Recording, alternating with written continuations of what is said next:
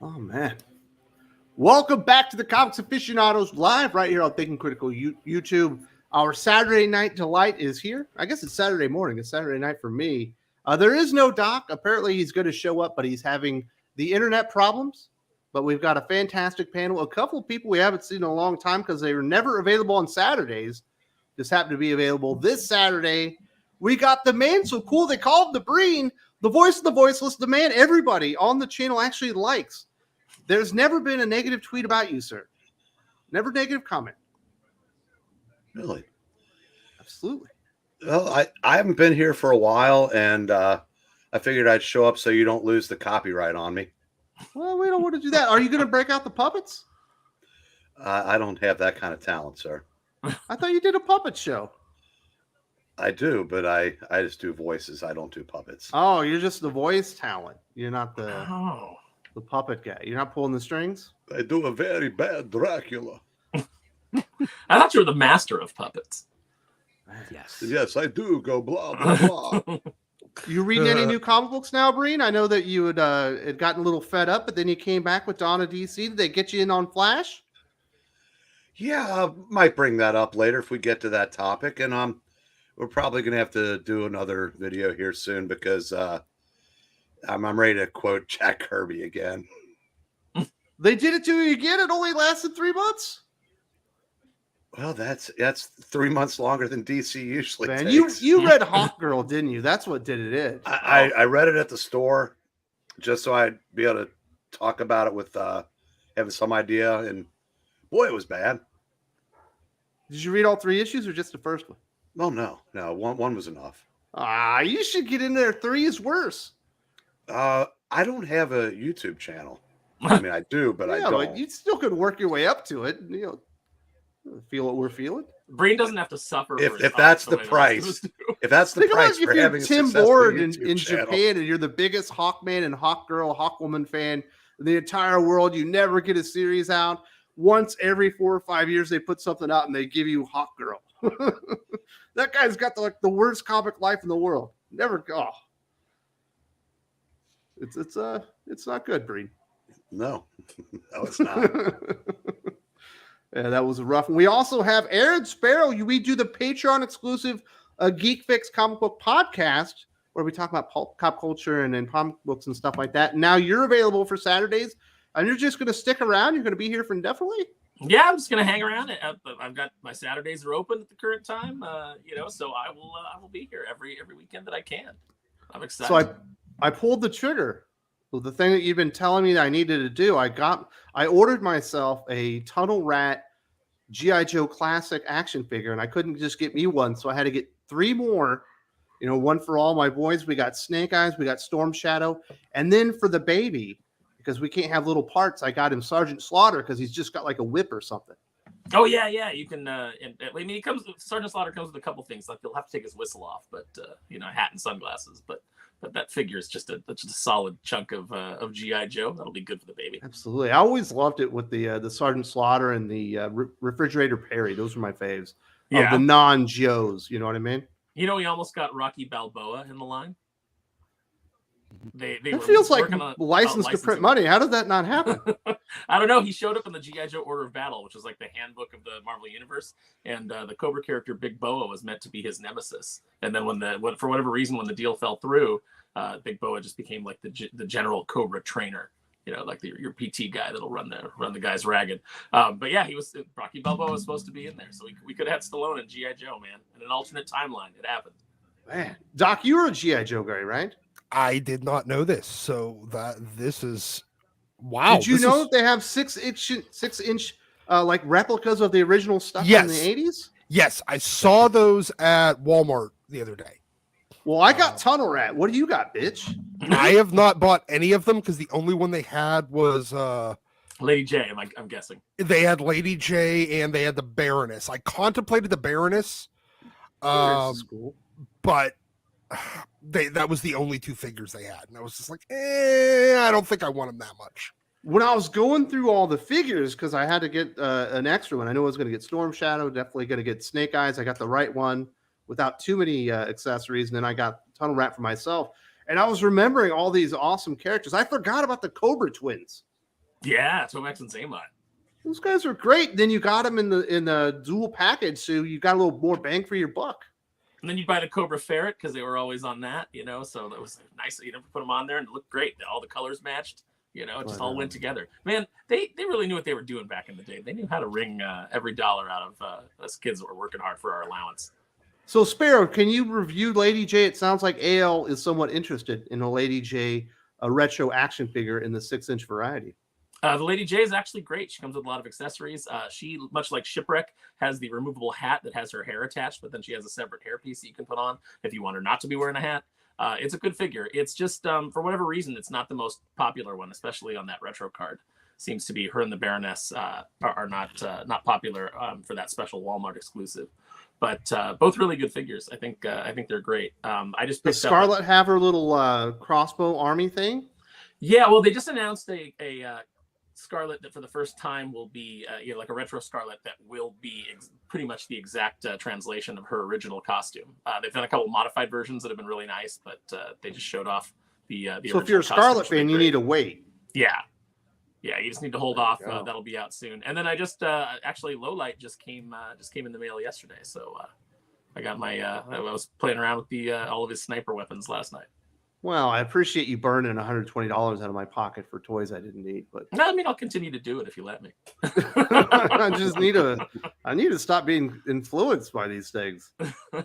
But yeah, once I was like, I love Tunnel Rat. It's the best one. He's got the face paint. He's got all the best accessories. He had the best design. And then I had to pull the trigger. So we did that one. Aaron is being a negative influence on me as far as my wallet with the Geek Fix podcast. Well, hopefully enough people are coming in on Patreon that they can subsidize your new G.I. Joe habit. Yeah, that didn't work out.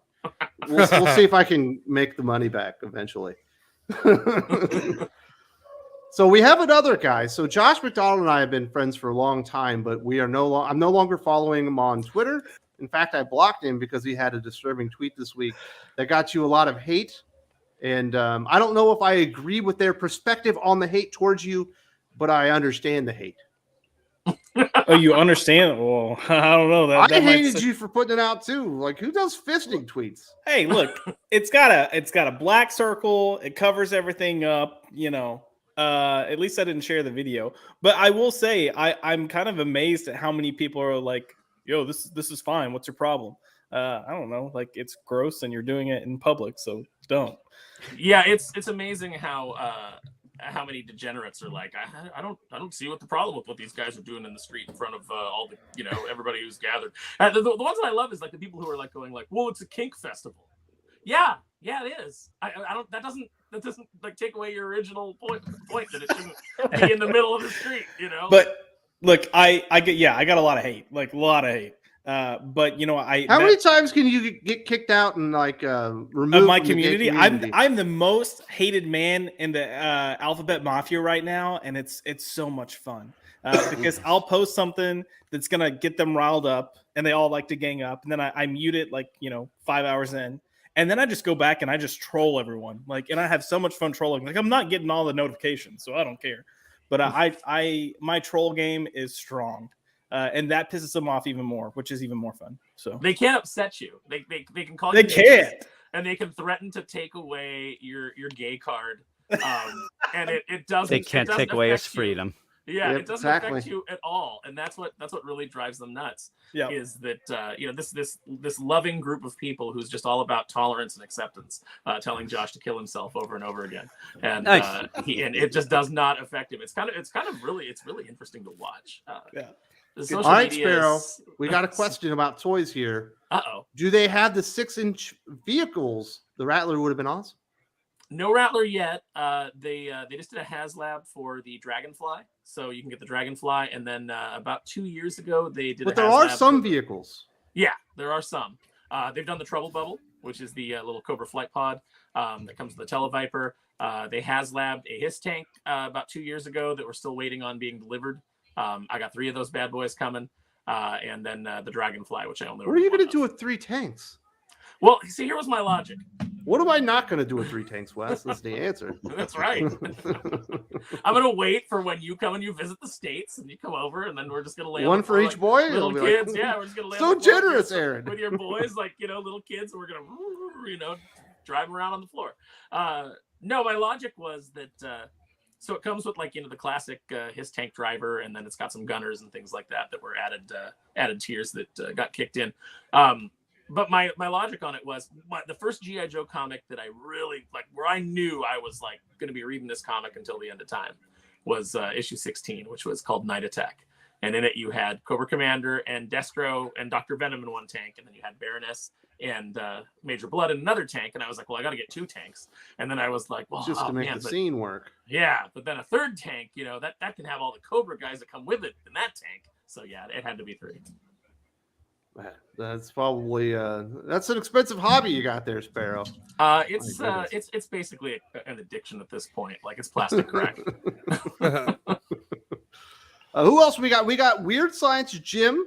He runs an outlaw comic book review site. Didn't think that would ever exist, but you've been banned by DC, and they haven't retracted that. They've only gotten more emboldened to hate you guys. Yeah, I was told this week by DC, by one of the PR guys, that I'll never get the review copies, and they hate our guts. So, and wanted to threaten me about a banner that we have on our site that just says a DC Comics review site, because they think that, that means that we're totally affiliated. I don't know. I just laughed about it, but yeah. Yeah, we're banned still. I think that this week it'll be worse, because I think I have to outdo Josh now. And I think my next tweet is going to be 2 girls, 1 comic is what I'll do. And it'll get real bad. But also, I know right now that everybody in the comments has spammed Josh's Twitter to see what the hell he had ended up putting up as well. So it worked. It was disturbing. Now, Jim, even more disturbing than Josh's Twitter game is the game of chicken you're playing with life. Every single week, something happens to you, and you make it out by the skin of your teeth. Did that happen this week? There's not me, but again, I know that there's the possibility that people will think these things are made up. They are not. I promise you, and anybody who knows me personally know, I was recording our DC Comics podcast this week, and the guy who I was recording with had to go really quick, because while we were recording, his cat got attacked by a snake. And as he went to do this, I kind of saw the thing going down. Then he turned off the camera. It's like, what the hell is going on? So I think it's just bad luck overall. It was the craziest thing. What kind of snake? If it was a gardener snake or whatever, it's no big deal. But if it was a python or something, it looked pretty mean. I don't know if a snake looks mean. It didn't look like it was just on the side of the thing. It was like Ricky Tikki Tavi was going on right there, and then I was like, this is bullshit. I ended up where I just went to bed. I just couldn't take it. It was a mean snake, Wes. It was wearing a leather vest. It was, and it was actually smoking with one leg against the wall. Dance fighting. In Marvel, they got the Parker luck in comic book review sites. You got the Jim luck. Yeah, that's what happened. And again, all I saw was this cat freaking out and a snake kind of going for it, and the guy just yelled, "Oh my god, my cat's!" I don't even know why. To this go might for have been. Cat, the snake has to be pretty damn big. But the thing is, he was recording in it was a garage, so I don't know if it was a pet snake that got out or it just came. I don't know. That's what it seemed, and maybe he was more worried about the cat hurting the snake. That maybe it wasn't so badass. I don't know. He just went, and then I had to re-record on my own. Cats have faster reaction times than snakes can strike, so. I'm curious now how that turned out. Can you? I wish he would have recorded it and put it up on fucking YouTube or something fun. I mean, it would have been on YouTube. The last time I saw something like that was like an Indian birthday. I saw one time where they actually do have snake fights and shit. It was crazy. I had a cat ninja fight happen when I was living in the UK. I heard these noises, and all of a sudden, because in the UK they don't have normal fences like we do in the US. They're they're always brick, and they're 7 feet tall, so you can't see in the backyard. Because you got your garden or whatever. And I hear this noise. Next thing you know, there's a cat, and he jumps in my backyard, and then another cat jumps over the thing on top of him, and they were doing backflips all the way across my backyard until they got the other side of the fence, and they jumped over. Like a Looney Tunes, tumbling around like the Tasmanian devil. I was like, why didn't I have a camcorder? I didn't have a smartphone at the time. I was like, I needed to record that. I'll never see anything that cool in my life again. And have you? It was Have a you cat seen anything ninja that cool? fight. It was like once in a lifetime, Jim. Yeah. Yeah, once in a lifetime, except every week. It's nonsense, but yeah, that's what happens. But nothing else. I was pretty free and clear this week. I felt like shit. I think you got me sick, Wes. I'll still blame you for like 2 weeks now, but I'm okay. I thought I healed you up. You did a bit when we did our Patreon show. You did get me excited, but then the adrenaline wore off and I felt worse. Oh. Man, so Breen, are you feeling better about your life now that you're not Jim or Josh? Or I was just thinking if that snake cat thing had gone a different direction, maybe Josh could have posted it on Twitter. That's true. Oh yeah, exactly. Oh god, that's not cool.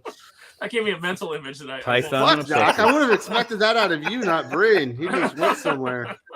That was a dark place he went, Doc. Yeah, just a little bit. Yeah. But hey, dark's our best place. Man, are you ready for the Patreon exclusive podcast that you and I do? We're going to be recording that one tomorrow. It's gonna be fun. I am. Some great questions. They're really, really hard. You'll never be able to answer them. And your little head's going to explode. Quite possibly, yes. And you know what? The timing is okay because I actually am just getting over being sick. I got sick the other day, and today's the first day I'm actually feeling up to doing anything. So Good timing. Yeah, good timing. All right. So good morning. It should be very good. We do have some peoples that have spoken to us. Lane Kramer says, final countdown, Doc and Leia Williams, a review match made in heaven, plus a match made in hell. Power Girl #1 is here. Wes, looking forward to it. As am I. Doc and I are going to review this tomorrow. And I will say this, just as a little teaser. Gabe Hernandez of Weird Science Reviews kind of liked it. Yep. Okay, well, Gabe has the third worst taste of anyone that I've ever met on this channel. Behind Jimmy and Fatal J. Fatal J. So, so this is going to be fucking abysmal. Terrible trio. So Jim, I love Gabe. You love Gabe. Yep. Man, he not only was there that weird review, but he also said, like, what was it? Invincible Iron Man #10 with the wedding was like a hoot. Yeah, a hoot. He ended up, we were about to do our comics podcast, me and you on the Patreon, and he ended up saying at the last second, oh, you got to read Invincible Iron Man. It's really good. I was surprised. It's fun. So I read it, and I wanted to strangle him immediately. Just choke him out. I moved it up on the list because he gave it a positive review. I was like, well, maybe it's not so bad. I'll get through this. And as soon as I was done, I couldn't read comics. Ruined your week. Days. Yeah. Yes. He ruined your week. Oh, God. That's our Gabe. Gabe gave a positive review to Dynamite Comics Sparrow and Silvani less Darkwing Duck. So as much as I like him, he does remain dead to me. Yes. There you go. For good reason. You're about to kill off somebody else. Has to be that. Cal Miles says the plot for Echo came out, and yes, struggling womanhood, blah blah blah, and the director will use it to project her hate for everyone. I roll. I'm surprised they're putting out Echo at this point, Josh, but I guess they have to because they ran out of stuff that they could work on. Yeah, I mean, look, the fact that they're releasing it all in one day speaks volumes. That is very much a like, okay, fine, here it is. Let's move on. Next. Don't talk about it. Sweep it under the rug. Forget about it as quickly as possible. Yeah. and seeing the shit show that Marvel has become, that it's terrifying to see what this is going to be. Yeah, I imagine that's going to be probably the worst show they've ever put out, which is saying something because they've done some bad ones. Secret Invasion comes to mind. Dude, apparently Secret Invasion, She-Hulk, they're bottom of the barrel, and it makes me terrified this is going to be worse than those. So, well it's got a worse character with a worse actress. The good news for Disney is that nobody's watching these shows. So even if it is abysmally bad, it's not like it's going to hurt the overall Marvel product any more than they've already damaged it because no one's going to watch it. Yeah, could be true. Federico De La Casa. Hi guys, amuse me. How would all of you organize and be editors for Marvel and DC? Would you organize the writers, artists? Who would you fire and look for? That's like a whole topic unto itself. Like that's Everybody? Yeah. Yeah. And the rest. I would hire all my friends, and only we would make all the comic books political, and it would all be from my point of view to make sure that That'd be you awesome. understood how I feel about the world, and I would make Yes. sure that we were teaching the audience rather than entertaining them. That would be probably my priority. And can I be the PR guy who talks down to all the audience then Absolutely. on Twitter? Yeah, You should. That's you me. should. And what word would you use to call everybody that doesn't agree with your vision? All the good ones are taken. Yeah, Nitwits. that is true. Yeah. There we All the go. fucking nitwits out there don't understand my genius. Or Yeah. we call them Wokies. gonna Tired of go hearing with- from the Wokies. I'm gonna go with Ruin clown it. skulls. I'm gonna call them clown skulls. Clown skulls. Yeah. that'll be my insult of choice. It I would be go in so and dark at this, or so difficult, Federico, because the people I would want to hire probably don't have time anymore. Because I don't think I would be able to pay them enough. You Like, cut it'd have back to the be a line. big budget. You cut back the line and just focus on a couple of core titles to start out Yep. with. Get A-list talent on there, and make up. Losing the quantity, but actually picking up readers with the quality, I think would be the place to start. I think that you go in and you just from top to bottom you start firing anybody that you think might be competent enough to keep their job. You make them interview for it. Tell me why you should hold this position or you should remain at this company, and let's go over your social media and see how you've talked to customers, because that's going to be very germane to this discussion. Man, I'm finding writers that can't meet deadlines and making them editors. Like, you got good ideas, but you're always late. Like Jeff Johns, I'd make an editor since he can't meet a deadline anymore. Josh, what happened to Jeff Johns? Is it Jeff Johns not meeting the deadline, or is it his artist? Well, not it's meeting the deadline? every series he tries to put out, it gets delayed by months. Yeah. Well, I mean, like I know, what was it? Doomsday Clock was not him. That was Lee Frank. Weeks. Yeah. It wasn't. Lee Yeah, Weeks. I know a lot of times. No, it was what's his name? Yeah, Gary Frank. Yeah. What's happening again with JSA? Yep. Yeah. And it happened with Shazam. And it did happen with everything. Shazam. Yeah. Well, let's say, is it Johns, or is the editors coming back being like, no, you can't do this? Well, I think that what happens is he delays so long that then he has to actually work off of the delay that things are behind in the overall line. So he ends up having that problem, like with Doomsday Clock and things. Yeah. What a bunch of assholes! It would be an interesting job, an opportunity, Federico. I don't know that I would take it. I'm pretty happy being retired here in the Philippines. I would definitely try. Like if someone offered it to me, yeah. Over your banking job? Maybe. I mean, look, full-time comics is editor on something the side. Yeah. Comics is something that I've loved. So if I ever had the chance to like really dive into it, yeah, possibly. But it would be one of those things where it's like I'm gonna come in and definitely clean house. So if that's not what the company wants, then don't hire me. Like you got to be willing to make changes. So Yeah, I have to come in with absolute power. yeah. Goodness, he's already a Sith. My goodness. Unlimited. He's targeting you on this one, Sparrow. I read Negadeck #1 from Dynamite. It was fun. Jeff Parker, he's written some things that I think were fun. Some of the stuff that he's written, I actually confused with some stuff that Warren Ellis wrote. So, Wes pointed out to me, he's like, that series wasn't good. And I'm like, what am I thinking of? And he's like, maybe you're thinking of this. And I was like, oh yeah, that's right. but yeah, no, I think that, he's got a pretty good chance of doing something fun with it. They're already having to reboot the main title because sales dropped off so much. So, my big problem with Dynamite is that I think that they have a lot of freelance editors that don't care, that are just like going through the motions. They're a cover comic book company. They're there for the cover. And if you don't have a sexy lady on the title to put some TNA on the cover, the sales always go down because people only think about Dynamite for covers now. Yeah, it's like, every book has 65 covers on it. It's why, as a retailer, when I was doing the ordering, their section used to drive me nuts. Not only because the covers weren't in a logical order, like they'd start out with like cover F, and then it would be a bunch of, and then you had to figure out, all right, how many do I have to order of this to get this cover? What's the ratio on this? Oh, is this one limited? This one's not. It's just exhausting because every title has so many covers and they're out of order, and some of them are ratio variants, and some of you got to order this one to get that one, and it was always a nightmare every month. Yeah.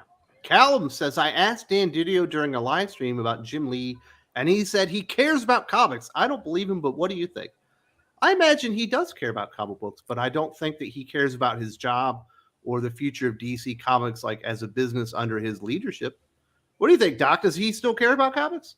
I think he does. Yes. I mean, look, he if you gave Jim the option of just drawing, a comic every month or doing all the bullshit that I think comes with being the CEO or the editor in chief or the publisher or whatever the shit his title is these days, I think he'd pick drawing that. Yeah, I think he'd pick drawing the comic every day. Well, not over the $1 million contract. No. I mean, if he's still getting paid the same. Look, he is not. This is the problem. Jim's always wanted to be Stan Lee. The problem is Jim doesn't have the personality, that gregarious carnival barker personality that Stan has. And I know that I know that it seems to be counterintuitive that he does still love comics, but look, it's just not his personality. It's not. He's not going to be a representative for DC the way that Joe Quesada was for Marvel, the way that Stan Lee was, the way that Jim Shooter was, the way that Dan Didio and Paul Levitz were for DC. He's not going to be that type of guy. The problem is that he needs to be that kind of guy. Yeah, he's in the wrong job position, but they're paying him so much money he can't quit, even if he doesn't enjoy it. Correct. And they need somebody else to be the hype man for a guy like Wow, Jim. they need more than a hype man. They need someone to actually manage the line. They need a leader. They need someone to say no. Yeah, And a Dave- hype man is only going to get you so far. You actually have to get somebody in there that understands how to run something like that. Oh, yeah. So, Yeah. Doc, let me ask you this: who's our dynamic front man at Marvel? Is it C.B. Cebulski, or is it or is it Tom? It's got to be Brevoort. Which one is the which one is the David Lee Roth of Marvel? Sadly, I think it is Brevoort these days. And that's the sad thing. He look, after when even like as much as we hated Alonso, he still had very similar personality to Joe Quesada in being the guy that followed Quesada in that role. He might have been an idiot. He might have been wrong on virtually everything, but he at least had the type of personality to fit that role. And whenever they hired CB Cebulski, he actually did have that type of personality, but I still think he was neutered walking in the door. This is what Kenneth says. He says, "Hello, gentlemen. Good to see you all. Aaron, always good to hear your opinions on culture. Breen is a straight shooter. This is a good panel today." Speaking of what Doc's is talking about Jim Lee, I kind of look at it as like a musician that starts a band and they have a bunch of number ones right out of the gate and they're playing stadiums in the first couple of years of their career. That's where the comic book industry was, and Jim Lee was a part of that. Now it's 30 years later, and comics are like the guy playing a piano bar. It's hard to maintain that level of excitement, outwardly when the industry's changed so much. Well, it's not even the piano bar anymore, Breen. Now it's straight like shooter if I've ever heard one. The It's guy in the down subway. The He's guy on the got his subway. guitar case open and He's playing a couple of buckets down in the subway as it floods. I was trying to be optimistic. Did someone attack Eric July? Someone's always attacking Eric July, right? Yeah. Yeah. I think there was like 24/7 a group that tried to do a push this past week, but like you just got to brush it off. He's successful. What does he fucking care? they don't They really understand hate that it. he's not tied to sponsors. He's not tied to corporate oversight. Like he's his own thing. You can't actually cancel somebody where they're their own brand. Well, and I love the people that are like, yeah, but his shit sucks. I was like, okay, but he's actively hiring quality people to come in and make his products better. And he acknowledges that. Yeah. So what's your argument here? Fuck off. Well, the main thing is that they hate it when a black man is successful on his own terms. if they can't stand it, and it's really it really just kind of displays the soft bigotry that is present in the far left. Is that this is something that whether you like the book or not, whether you think he's a good storyteller, whether you think the comic is good, is ultimately irrelevant. We should celebrate any success in the comic book industry right now because they're so few and far between. I just have to ask, why do these people have so much fucking free time on their hands? Well, it's because they don't have job stock. Eric O'Sullivan, I have hernia surgery on Tuesday. I'll be okay. Yet in the slimmest of chances I don't make it, the honor has been mine, ladies and gentlemen. I read 5 pages of Power Girl #1 and put it down. Yikes. Because it was so good, right, Eric? It was so good. You were like, I have to savor Had to catch his breath. Enjoy your surgery. There's only like a 1 in 700,000 chance that you can actually pass away from anesthesia. So you got a really good chance. I was actually born with a double hernia and cried for 6 months, absolutely straight until they actually diagnosed me. Can you believe that stuff? I had hernia surgery last spring, so very nice. You'll be all right. You could you'll eat a little bit, eat some ice cream and some Jello at the hospital, and then you'll be home in a couple of days. And make sure you have a very comfortable recliner. Yeah, just make sure you bring Power Girl with you so you can finish the comic book. While you're doing. Well, there's more of a chance that Power Girl will kill him than absolutely. Die from bad days. I can't die.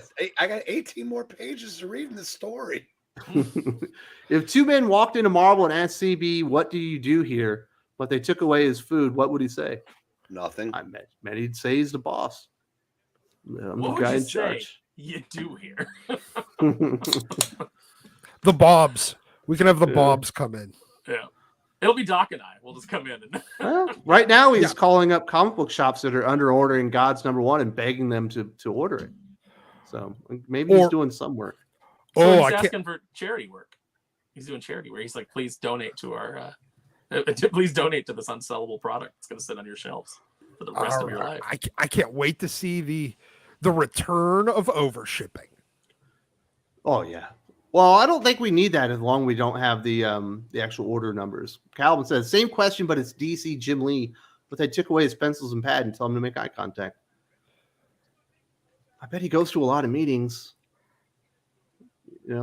What if you told Jim Lee, hey, you can't, no, you and your wife can't be on any red carpet. You can't go to any Hollywood stuff until sales improve. Then do you think things would start to turn motivated? Gods has gone to a second print. Everything goes to a second print, Matthias. They actually do that on purpose. And it's not a second print if they print it all at the same time and then say they second printed it with a different cover. That's an old Boom Studios scam. Yes. It's like, we're going to can have a printing, story. print at the same time. The other one. Well, how did you get to your second print so fast? It's almost like you printed it with the first run. That's exactly how they do it. They waited 5 minutes. Yeah, it's kind of stupid, but I'm sure Jim Lee is in a lot of meetings with Warner Brothers and probably has lunch with James Gunn or something, and he feels important. Do you think he just doodles sketches in those meetings? Well, he can't have a pencil and pad, and I have been told that's exactly what he does in meetings. Yep, same. Mm-hmm. He sits there and draws. Federico De La Casa just read Eric July hired Mike Barron 2. He's doing what Marvel should do. Perhaps he should be the guy that will save comics when sales will be 0. He's not wrong. I mean, look, he already hired the Soska sisters. He's hired Mike Barron. I think he's hired a couple other people. Chuck Dixon. Yeah, Chuck Dixon. Big one. So look, he's trying to assemble a roster of talented creators to build out his publishing line. Seems perfectly reasonable to me. Yeah. Can he save comic books on his own? I think that would be very difficult, but I don't think anybody doubt him. Every time you doubt the guy, he ends up, selling $4 million of comic books. He's not going to save comics on his own just by the very nature of him bringing in other people that it ceases to be on his own. Nice to see someone cares. But he obviously gives a shit enough to try. Kalichi Oki says, I believe that he's aware of the issues but can't speak up on it. I'm assuming he's talking about Jim Lee in this one. Or maybe Didio? Or, well, I don't think it's Didio because he hasn't been really mentioned. I assume it's Lee or CB Cebulski. In fact, I know that CB Cebulski's aware of all the issues, but he doesn't. He just hasn't changed They really just want to anything. keep their jobs. He's been CB was neutered walking in the door, and Jim, I think he realizes that he can be let go, and he likes that 7-figure paycheck he gets.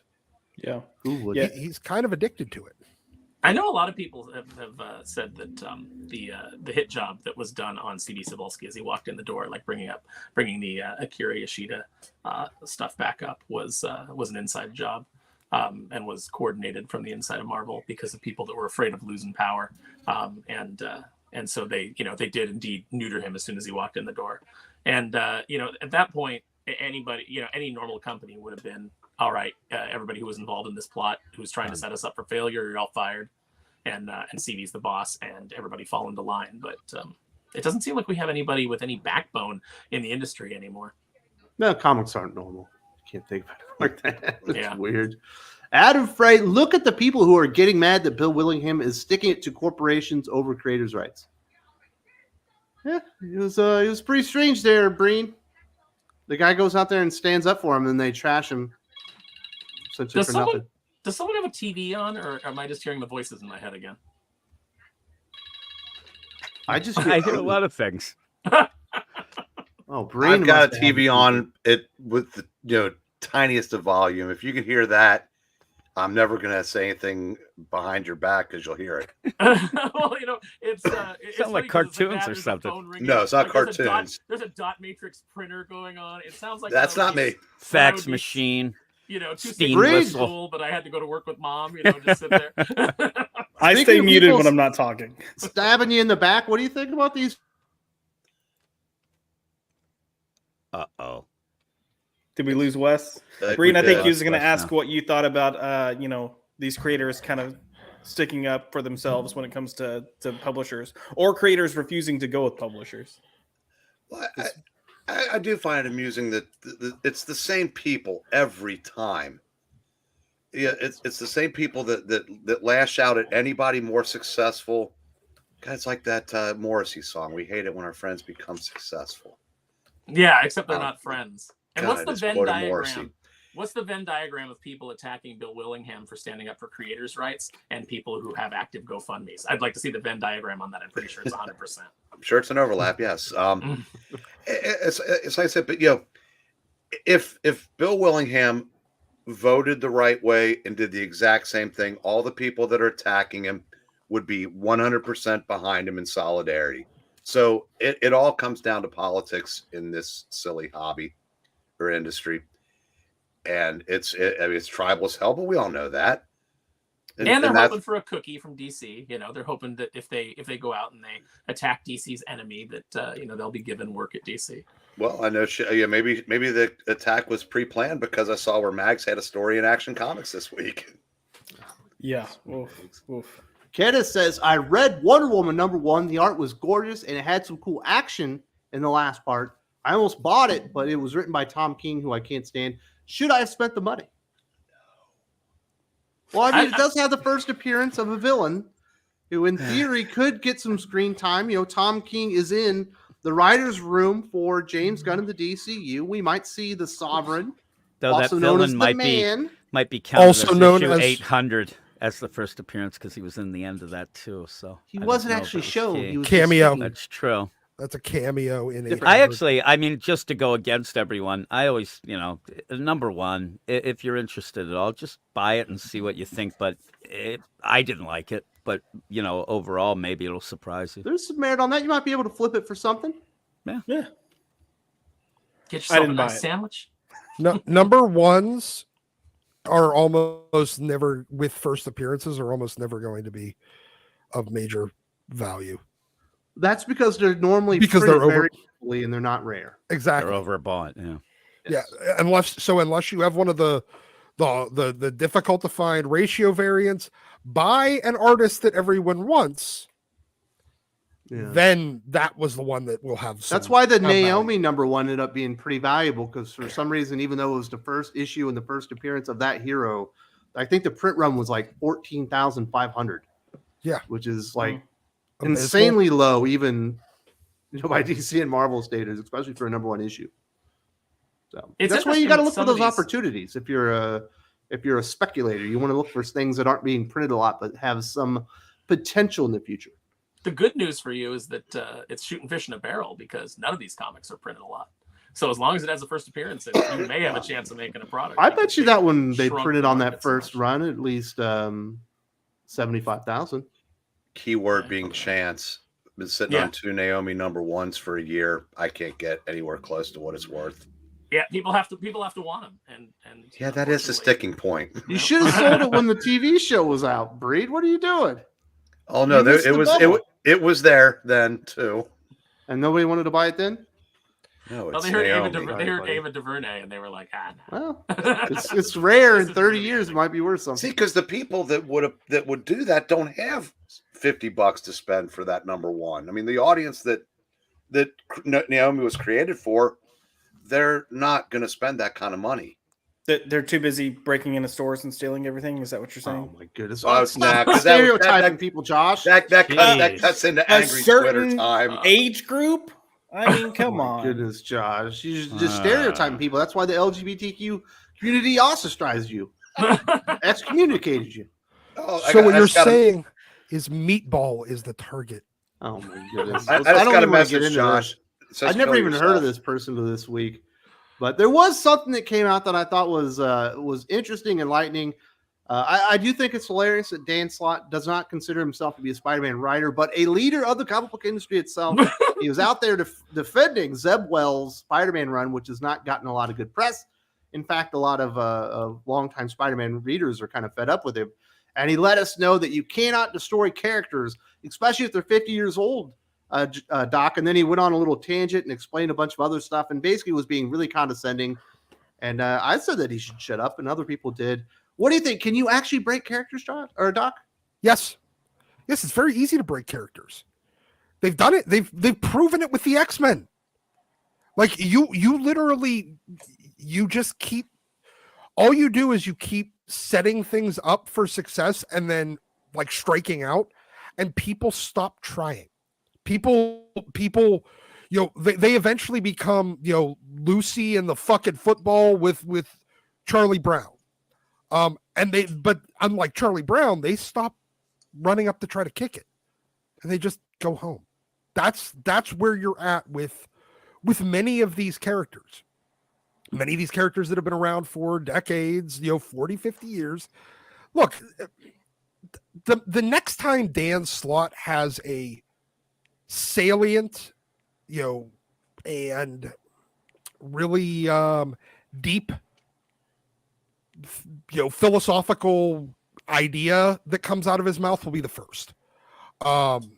He is not a philosophical thinker by any stretch, and his attempt at acting like one this week was just eye rolling at best. So no, Dan Slott should just shut up, because Dan Slott should always shut up. It's interesting. Dan Slott is, they give him characters, like they put him on Fantastic Four and they put him on Iron Man, and they give him characters that are geniuses. And Dan Slott is so far from a genius. Also, they gave him Tony Stark, who is a, billionaire, charming playboy, which is so against type. Like, how could Dan Slott ever be expected to write a Tony Stark story when he has never lived any sort of life that would even come remotely close to being able to tell a story from Tony Stark's perspective? Tony Stark has made love to many beautiful women. It's one of those interesting things. And I really thought about this. I thought about this last night when I was catching up on the latest abysmal Ahsoka episode, and I was watching Thrawn just be absolutely butchered as a character by Dave Filoni, and it occurred to me that you have these characters who are supposed to be, Thrawn's supposed to be a tactical genius, and Dave Filoni is not. He doesn't even remotely understand conflict or warfare or battle or anything about it, and so it's just like Thrawn just comes off as the biggest idiot. and it's such a disservice to a character that by Timothy Zahn was written so expertly. It just, you know, just really kind of illustrates that, you know, hey, if you're not a genius, don't try to write genius level characters, or at least, you know, come in with so much fancy, you know, in-universe pseudoscience that you can kind of obscure the fact that you don't understand actual science. It's, you know, that's one of the biggest problems is that you've got people writing characters that they have absolutely no capacity to understand. Aaron, to be fair, Dan Slott has made love to several beautiful women: Marie Callender, Mrs. Paul, Aunt Chama. I'm done. the sexy Mrs. Dash, Little Debbie. Little Debbie. Well, I was trying to keep it 18 plus. Yeah, well, see, maybe he should end up on a list for that. Look, Well, I mean, he I- went with he Little did- Debbie's. He went with Little Debbie's older sister, Big Deborah. Okay. he did expose Big what Kathy. I think is a barely disguised little person fetish in Superior Spider-Man. So Yes. with Doc Ock, since essentially that was Doc Ock is his self-insert. Yeah. So, but look, I mean, you got a point. Everyone here, like back in the day, writers would reach out. They would call people. They would try to find, advisors to advise them on things that they didn't understand. Hey, can you, if I was writing this, if this thing was happening, how would it work? And they had a Rolodex of people that they could call that was like their subject matter experts, because they were writers. They weren't subject matter experts on fucking anything. Yep. And now they don't do that. They think that their simple Google search is sufficient, and that even when they don't understand it, they can just kind of hand wave through it to get people to understand. I mean, look, for a company that really is into casting their writers as much as Marvel is, where you can't write things unless that's exactly the type of person you are already. Dan Slott writing geniuses, playboys, or anybody with money is laughable. If you can't write Black Panther without a certain level of melanin content in your skin, I mean, then how in the hell is Dan Slott able to write anybody that has a life, has a 3-digit IQ? Yeah. My whole thing with it too is the idea that Dan Slott is saying, hey, listen, nobody can ruin a character because somebody else will come back and revert it back, and we'll do that. That's one of the major problems anyway. I mean, he's actually explaining it in a way that people get frustrated, because you never do end up having these characters maintain any sort of deal, because the next person who comes is going to just screw it up in another way, and then it just goes down the line, and then they just become unrecognizable and people aren't buying them. People are tired of watching their characters get fucked and then unfucked. Yeah. Like we don't need for somebody to come in and to unfuck the character that somebody else just fucked up. We needed to not fuck it up in the first place. That's the problem. Yeah. Well, and it's a lot of it's experimentation. Let's try this. Let's do this. That's kind of going on. And back in the day, you used to have that in like Elseworld stories, or stories that kind of didn't matter, to test the water, see how people responded. And then if it worked, you kind of insert it into canon and continuity. Now they're just, balls to the wall, whatever you want to do, self-insert, fun. Oh, if it doesn't work, we'll just try a different route. And it goes back. I was about to say, it goes back. It goes back to what Jim was saying. Like there's no consistency here. And if you do have a bad run, you can recover from it, but you're going to need probably 3 times that amount of time to get people to where they'll trust it to come back in. Like a Wally West. Yep, like a Wally West. The moment people started saying, actually, I'm hearing good things, it's supposed to be really good, I'll check it out, is the moment they took Jeremy Adams off that book. And exactly. it blows my mind. if people weren't going in with that idea, oh, here they go again, they're going to fuck up Wally West again, Jeremy Adams would still be on the Flash book because the sales weren't there.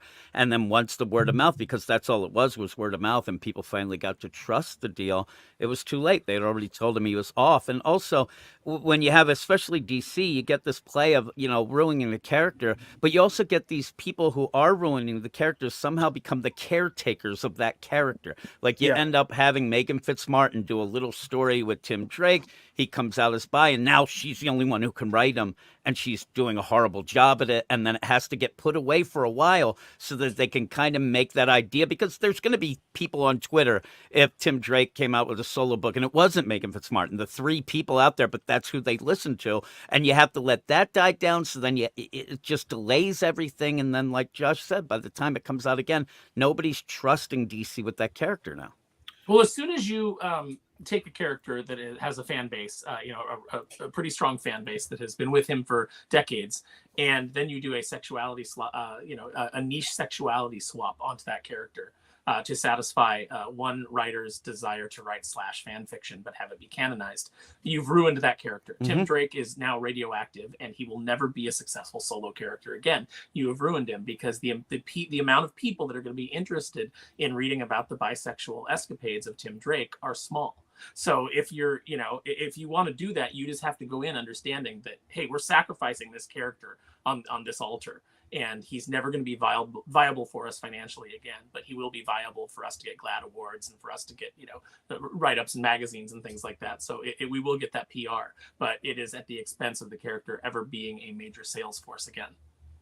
Yeah, it's basically just a variant cover model now.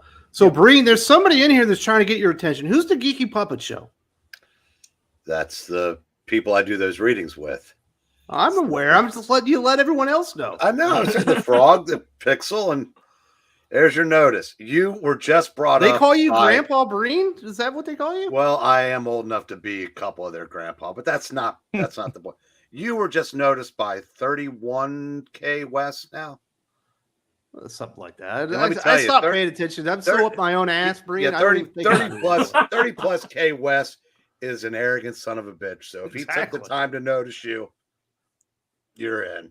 Well, he wanted you to give him a little shout out, Brewski. And you guys, like every once a week, you get together and you do readings of comic books, right? We mangle the classics Fridays and Sundays. Fridays and Sundays, 2 times a week, and you guys are almost to 500 subscribers.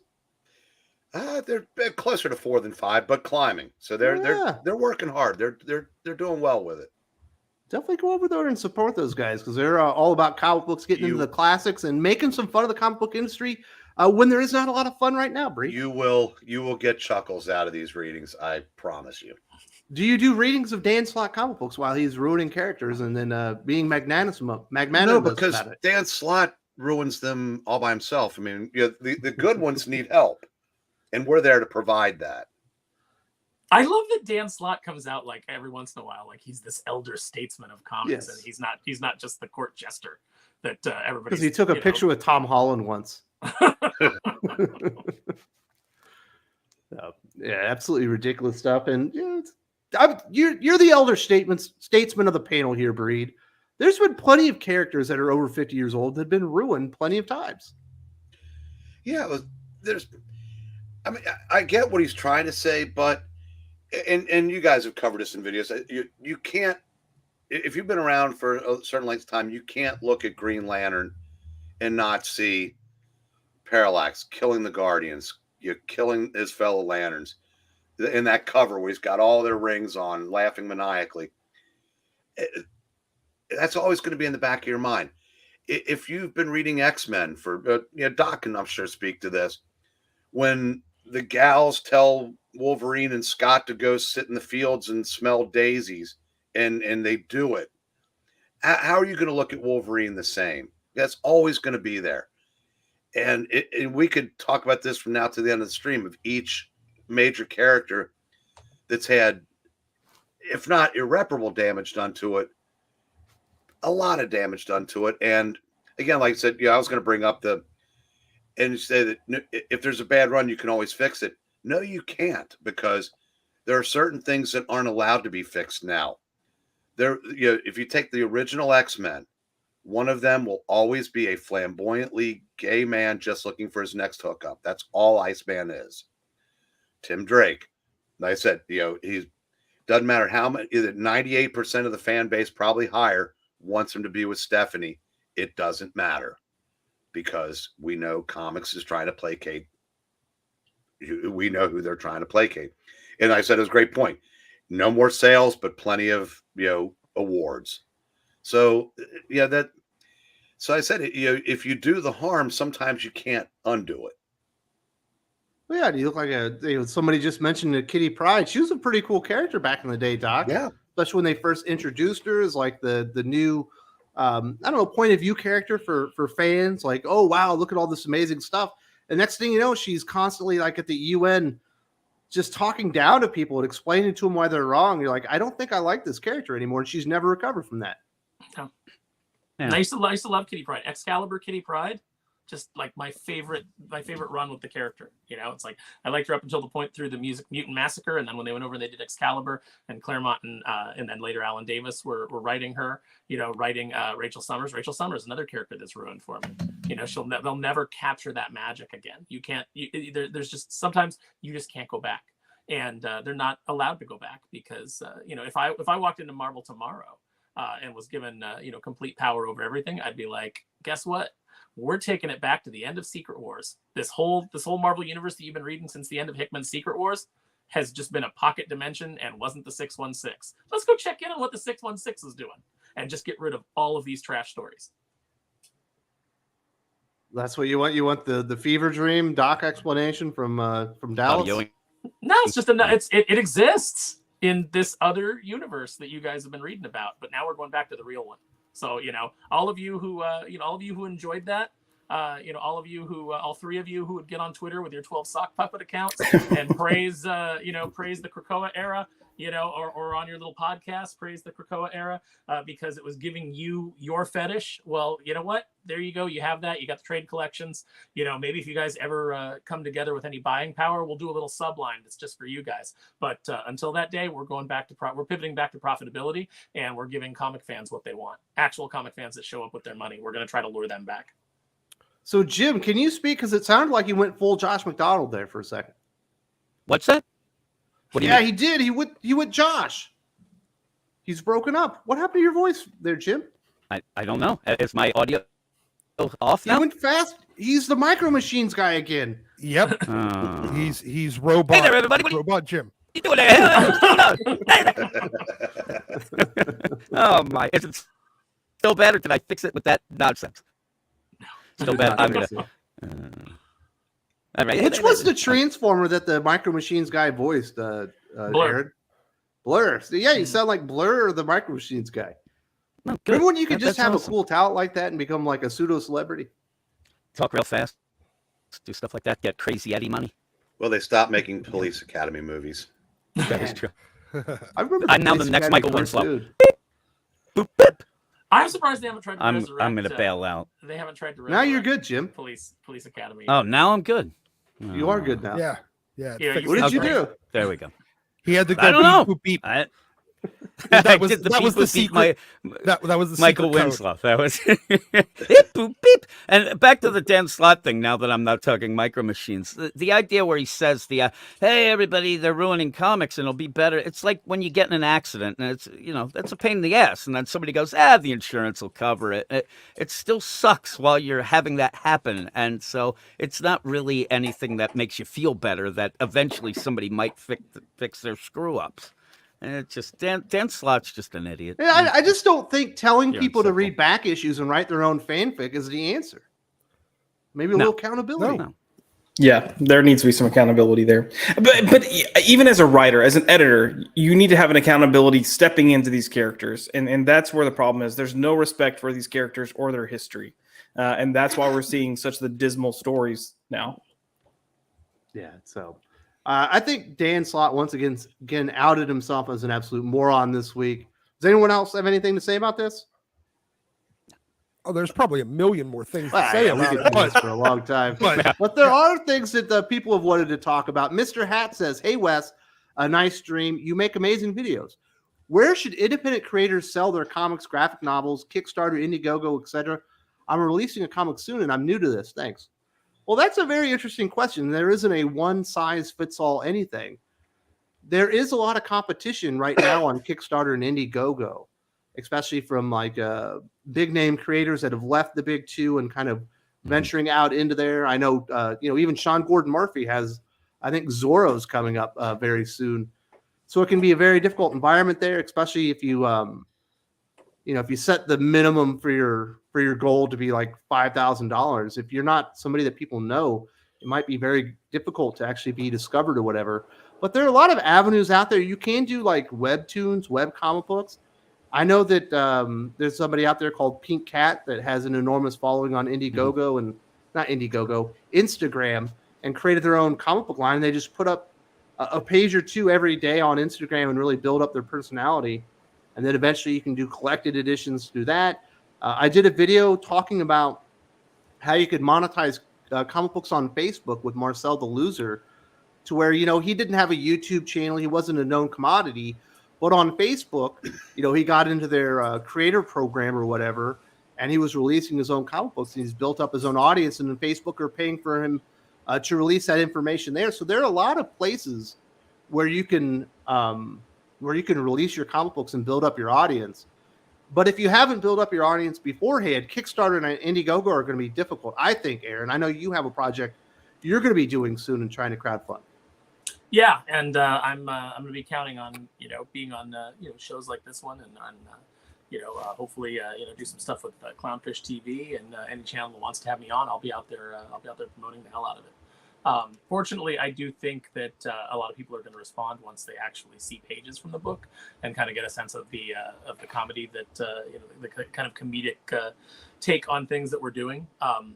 Everybody that I've shown it to has had a really good response to it, even people who don't normally like humor-oriented books. But it is going to be a book with stakes, but the humor will come from the characters themselves. So hopefully people respond. But yeah, you've got to have some kind of hook out there to get people interested. And unfortunately now everything's pay to play. So I can put things out on Twitter. That's the big problem. Yeah, I can put things out on Twitter all day, and it gets a very tepid response because it doesn't have that much of a reach. But if I put out some dumb tweet with some dumb joke, that oh man, I'll get a bunch of responses to that. Or if I maybe I need to follow the Josh model. Yeah, super controversial. Oh my goodness. But yeah, back in the day, a lot of websites could just function on the ad revenue that they would get just from the traffic generated by Facebook itself. If you could put out an article in there, people would start sharing it, but it doesn't work like that. Like, you have to pay to have your information promoted via Facebook. Certainly Twitter is going that way, but there are ways to build up your audience, but it's not the easiest thing in the world. But you do need a platform to really go out there, connect with people, let them know who you are, and let them discover you and your talent. YouTube's a platform, Rumble's out there, TikTok, Facebook, Instagram, you can go Kickstarter and Indiegogo. But if people don't know that your project's on there, it's going to be very hard for them to go out there and support it. So it's really important to generate an awareness of who you are and the fact that you are creating a comic book. What was that really stupid named site that was coming out that a couple of pros were hyping a few months ago? Super Gooper. Yeah. Zoop Poop. Yeah. Zoop, maybe. Yeah, try there. Sure, I'm sure you'll get found there too. I think you'd be better off on like fundmycomic.com. Yeah. If at least the people that are going there are people that go to Indiegogo, people that go to Kickstarter. They do have a wide reach, and you might reach some people that aren't normally looking at comic books. But like Fund My Comic, that's specifically for people that are looking for comics. So that might also be an option for you.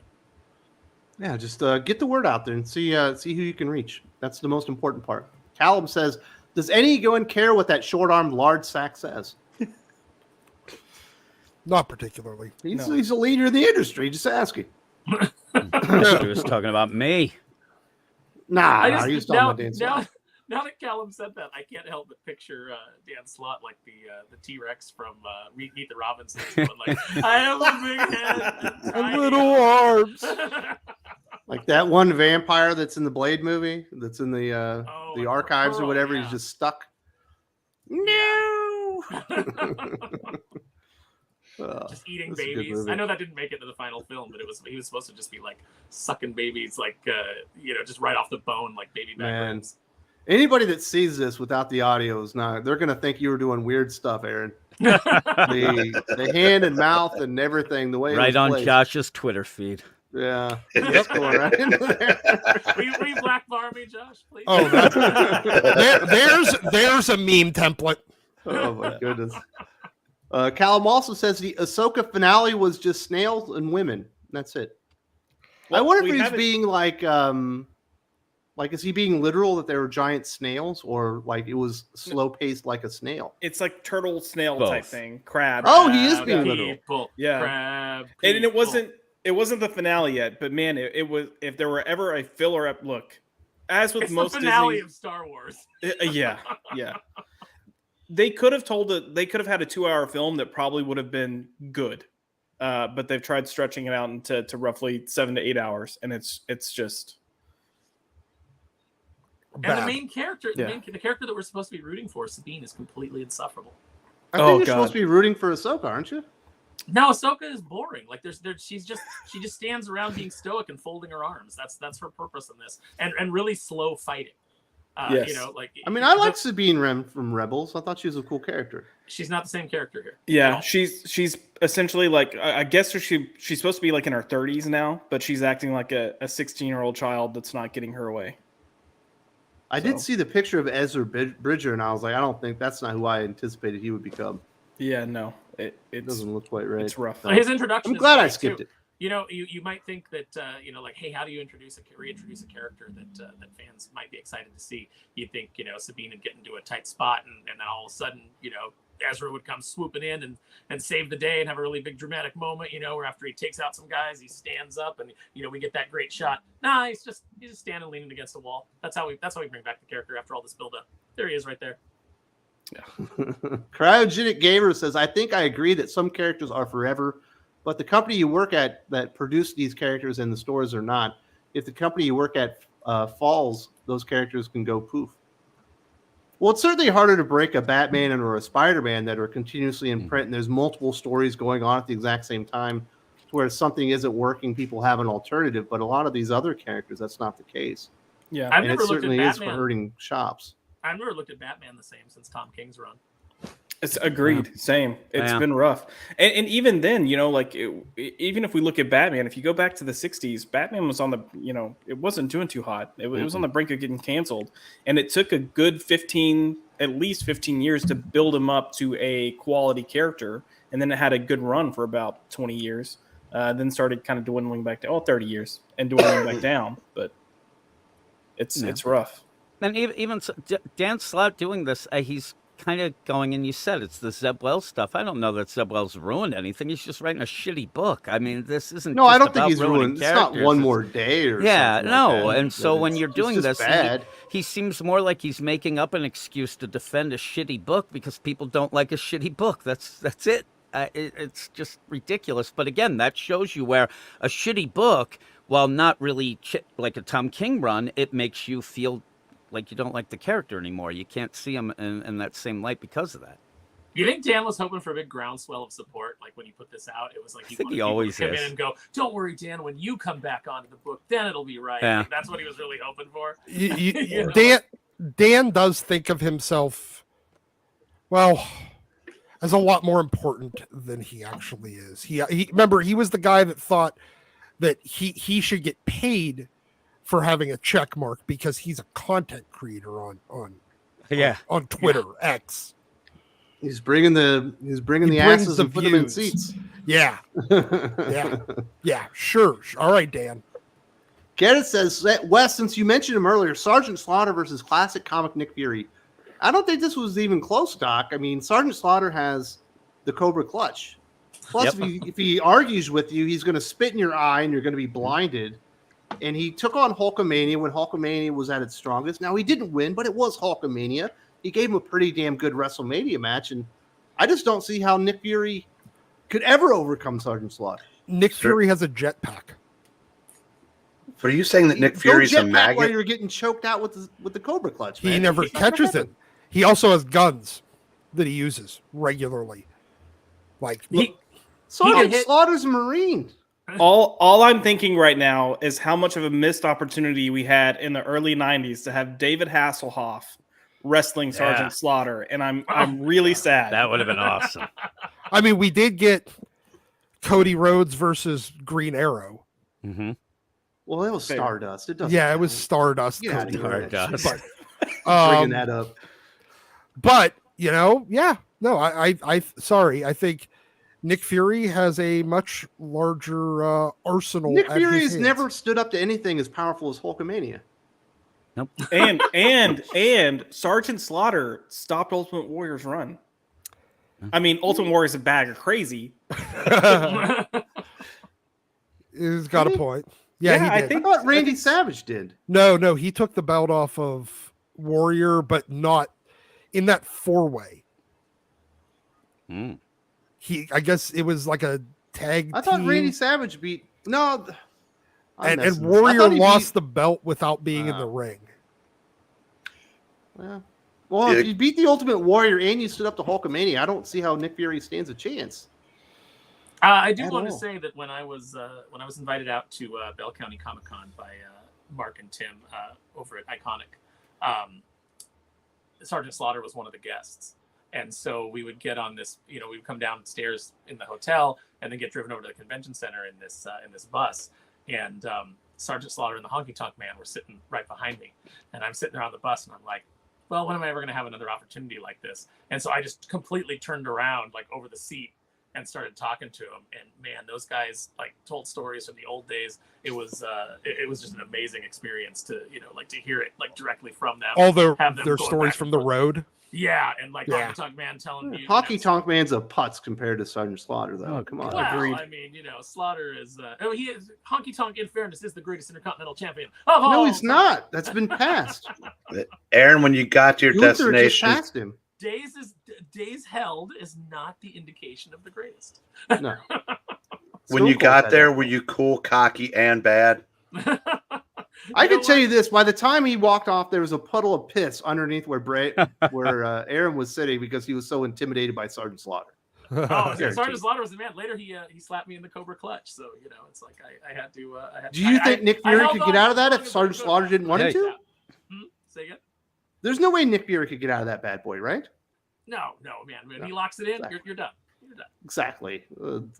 Doc's being a little bit of a homer to his Marvel classics or whatever. Sergeant Slaughter absolutely destroys him. I mean, Nick Fury can hit him with his flying car. That would probably help. Yeah, Cave of Chaos 1, 2, 3, but they're not characters; they're products. that's the problem. That is the They're problem. being treated like products instead of like characters. These aren't stories. They're a lifestyle brand. They're Yeah. content. And you It's can't IP. you can't Yeah. sell. marketing. You can't like if you were to come out with a lifestyle brand tomorrow, it's never going to take off. You have to start them as characters. You have to start them as something completely else and then try to turn it into a lifestyle brand. Doc, The hear same- me out here. Hear me out. Cross-platform synergy. How do you feel? Ah! I feel like I feel like every marketing school on the planet needs to blow up. I feel like I'm in the does anybody remember never mind. You know what? I can't say that one. It'll probably get you demonetized. Well, good. Let's move on then. Kenneth says, now that I've thought about it, I'm telling you guys, or now that I thought about it after telling you guys, I'm glad I didn't buy Wonder Woman #1. The writing and art have to be equally great, and I'm never buying anything Tom King writes. Good. It's not You the have worst, chosen wise. veto. That is a good, rule to live by. Yeah, I'm not opposed to buying a Tom King comic, but I refuse to buy. Killing a Time Tom- wasn't that bad. It wasn't that bad, but I'm not gonna buy anything he does for the big two with established characters until the run's over. And if people say it's good, I'll give it a shot. But Yeah. other than that, nope. Yeah, you I mean, need some to- you people know just where swear it by the goes guy and they before. love his writing, but I don't think, like, either you're a Tom King fan and it doesn't matter what he does to the characters. But I think if most of the time, if you're a fan of the publisher or the characters in the history, it's really hard to make it work. You're either a Tom King fan or you have taste. One of the two. Oh my! A person And you told can't me one say time, that, and I Doc. I was laughed. told I was condescending for insinuating that. I actually was told by a guy that the thing with Tom King is you can really like his writing until he writes your favorite character, and then That's you exactly pretty what much it bail. is. That's well, what you know, happens. when I criticize something and people tell me, shh, let people enjoy things, I have to respond, well, that sounds like something that somebody with poor taste would say. Yep. Kev wants to know Beta Ray Bill versus Martian Manhunter. This just doesn't feel all that competitive to me, Josh. I think Martian Manhunter destroys him.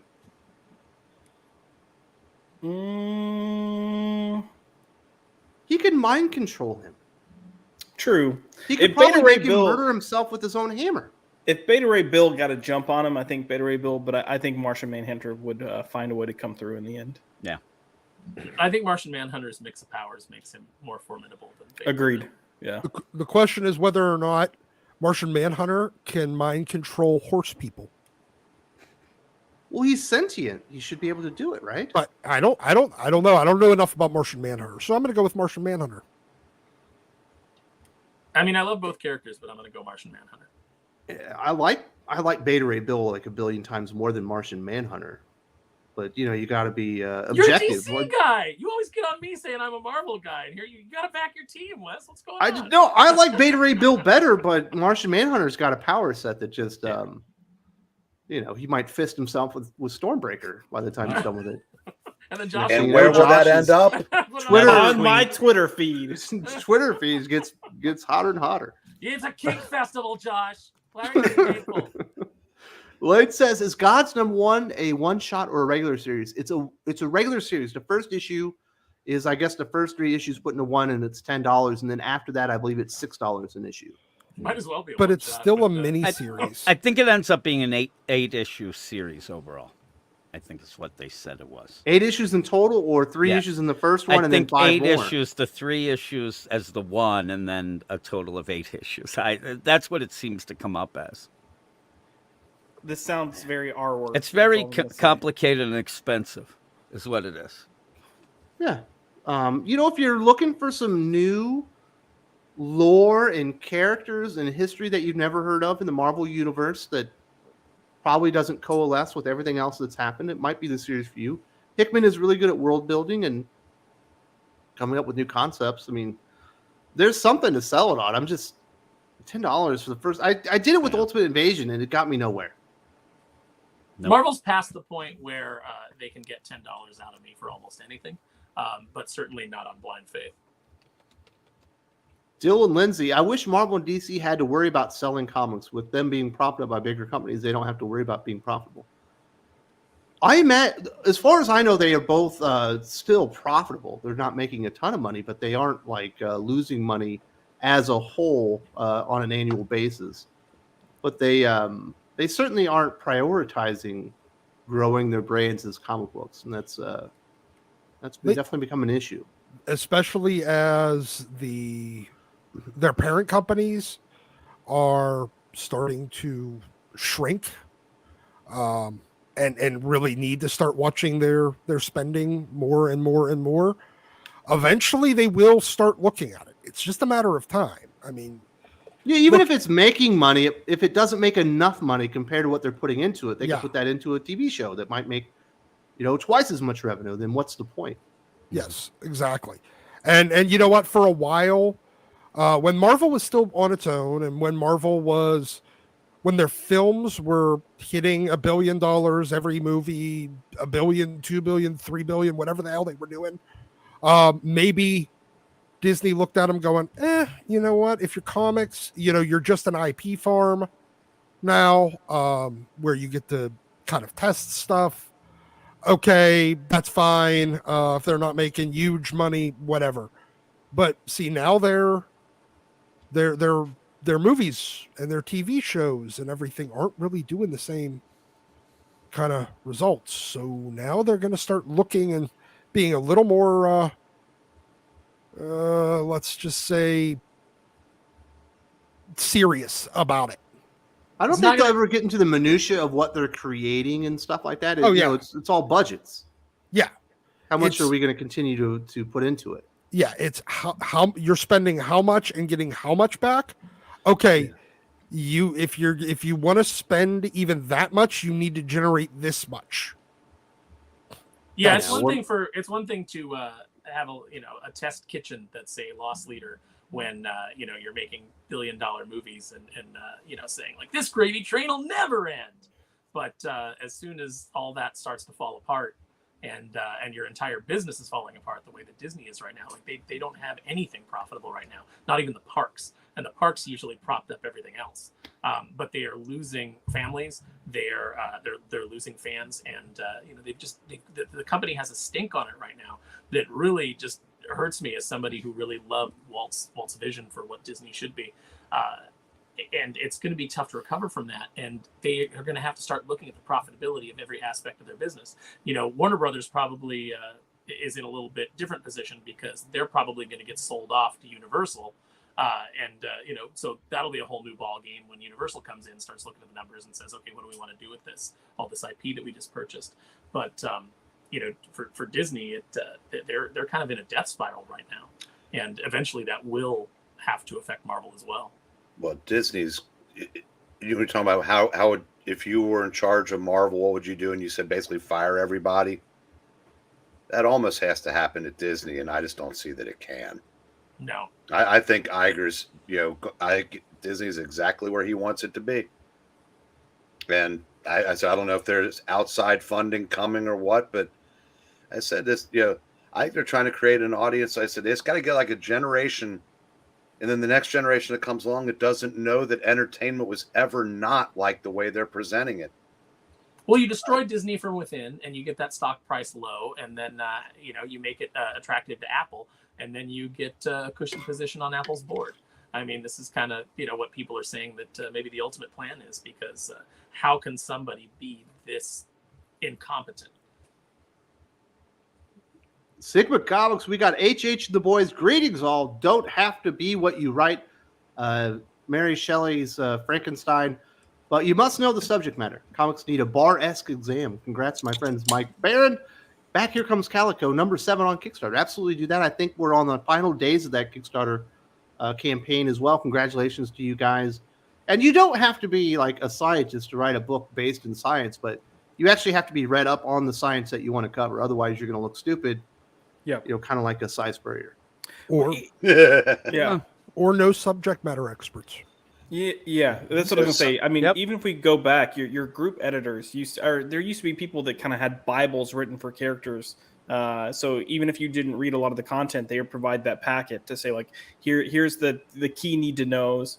But even when they got scripts, they would review it and say this isn't accurate for this character. We need to change this to this. They got rid of those people. Like they got rid of those people back around like 2016, 2015, 2016, and kind of just eliminated that idea since then. And it shows. So yeah. So what do you think, Aaron? Should we have a government-sponsored program where you have to take an exam to be qualified to write comic books, like a bar exam? We shouldn't have government-sponsored programs. I'm a libertarian. You don't want oversight?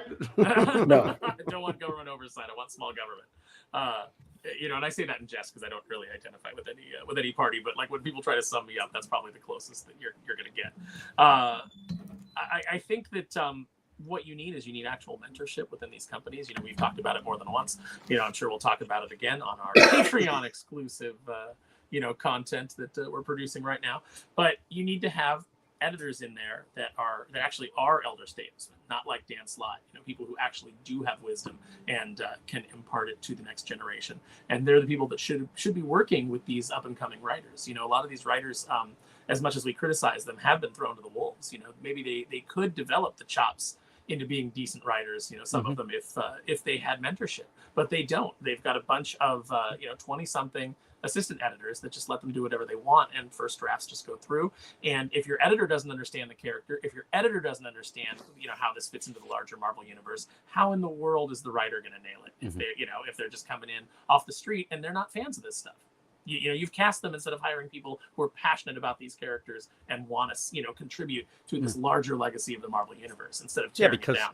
a lot of them are assigned to characters just for whatever, and they don't know them. I mean, it's at DC, you ended up having Leah Williams, who's struggling with that Power Girl. But when she came over, she said she did research and talked to DC and said, well, which Karen are we doing? What's going on? And they said, don't worry about that. Tell a new story. Just do what you want. And that's where we get to the nonsense that we get to. They don't care. Kenneth says, when I said Sergeant Slaughter, I meant from the G.I. Joe cartoon, but wrestling's fine. I got Nick Fury. He's a soldier, spy, mercenary, and created S.H.I.E.L.D. Yeah, and I get that. And, he fought Hydra and all that stuff. But Hydra is nothing compared to the power of Hulkamania. Or Cobra Law. If you exactly. You got all that stuff in there. This guy beat Nemesis Enforcer. Come on. Exactly. He was fighting Hulkamania and Cobra at the same time. Think about the characters that we're dealing with here. Of course, it's got to be Sergeant Slaughter. He also says, I read somewhere Beta Ray Bill was immune to telepathy. Even if he is Martian Manhunter is about as powerful as a Kryptonian, so he may win. I do not believe he's immune to telepathy, but Beta Ray Bill is obviously very powerful. The Blue Heel himself says that it would be Beta Ray Bill because Beta Ray Bill has defeated Thor. But let me ask you this: does Beta Ray Bill have a Zippo lighter? That is the way to scare him off. Yeah. Didn't he conquer that fear? In the latest Tom King series. I don't think he didn't conquer it. He turned it into a fetish, and when he was wanting to be burned while he had sex. Yeah. God, Tom King writes some great stuff. That's the Tom King idea. Something else for my Twitter feed right there. Give him Oreos. Don't worry, I already put it on mine 2 years ago when it happened. I'm like, Jesus Christ, this guy's so weird. Tonight's episode, the writers barely disguised. But there is a message board where they have a Beta Ray Bill versus Martian Manhunter, and everyone yelled at each other apparently for looks like it was about 3 weeks. So if you want to go read the more details, it's out there. I was getting people yelling at me for saying that Captain America takes Batman out. Nine times out of 10. Absolutely, it's not even close. Mm-hmm. Yep. Caleb, is Dan Slott anti-religious? I'm not a religious person, but does he and most of the Marvel staff are against it? I don't know if he's anti-religious. No idea. I mean, Dan's definitely far left, and so there is a correlation between being super far left and being anti-religious, being atheist or outright hostile towards religion. I have a vague recollection of, but I can't say for certain. Heather Ontos is a yes. Yes. Well, and one religion. Yeah, I have a vague recollection of. Oh wait, was it him that did the whole Christland thing? It was him. Was that Slott or was that Brevert? No. Slott told somebody to go to Christland. Yes. He told Doug Ernst to go to Christland. Yeah. So that's correct. There you go. Maybe there's probably an anti-religious bias to it. Federico says, "My point exactly, Aaron. If Apple is going to buy Disney, they can house clean ad and use that as an excuse to kick woke people out. They need a Jim Shooter like July." Apple is not going to kick out any woke people. No, they're just going to have to sell off some of their television stuff, or it won't make it through like the oversight committees and stuff.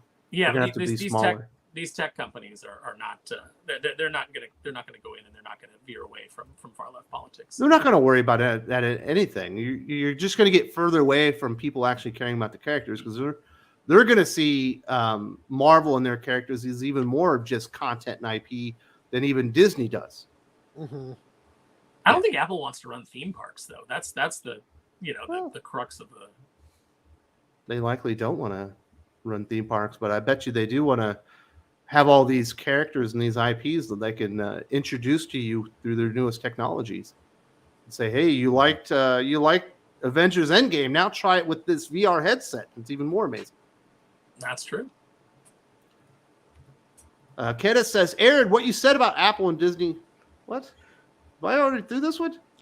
No, this is new. No, it's kind of a thing. Been talked about, but I've also heard Apple has no interest in buying Disney. They might do that their own thing. Yeah, no, I don't think necessarily that Apple does, but I think that's essentially what Bob Iger would love, is he'd love to sell it off to Apple. Well, Bob Iger was on the board of Apple, mm-hmm. and Steve Jobs was on the board of Disney, and they were like best buds. Yep. And Apple is becoming an entertainment company, or at least they have a portion of it that is no longer just dedicated to technology. They're looking to expand their footprint into entertainment. And what better brand would you want to buy that has a built-in relationship with them? Yep. Well, they got to buy it before Bob Iger runs off the rest of the built-in audience. Yeah. Because I mean, look at how devalued Star Wars is now. You took the brand of brands. I saw somebody the other day that was saying that, like, right before Disney bought it, Star Wars was kind of in a dormant state, and I was like, Star Wars was not in a dormant state. Clone Wars was going strong. They were moving merch like crazy. Those video Clone Wars games toys, were doing well. Video games were doing great. The toys were selling through the roof. Yeah, and it's not until Disney got a hold of it and that all of that came to an end.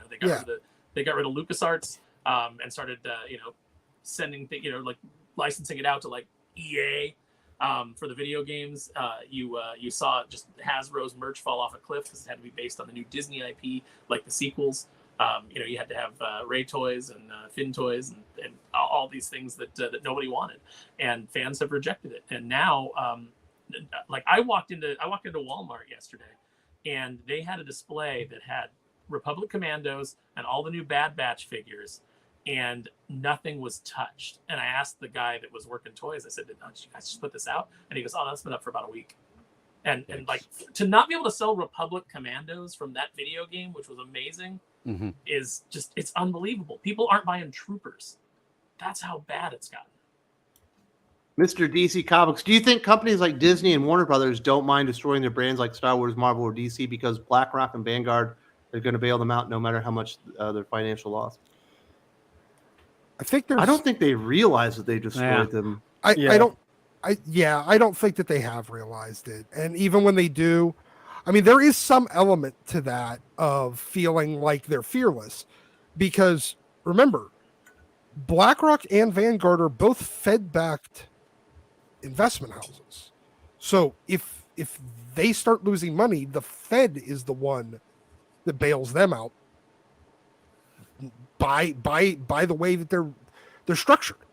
They just get bailed out. So there's a little bit of that.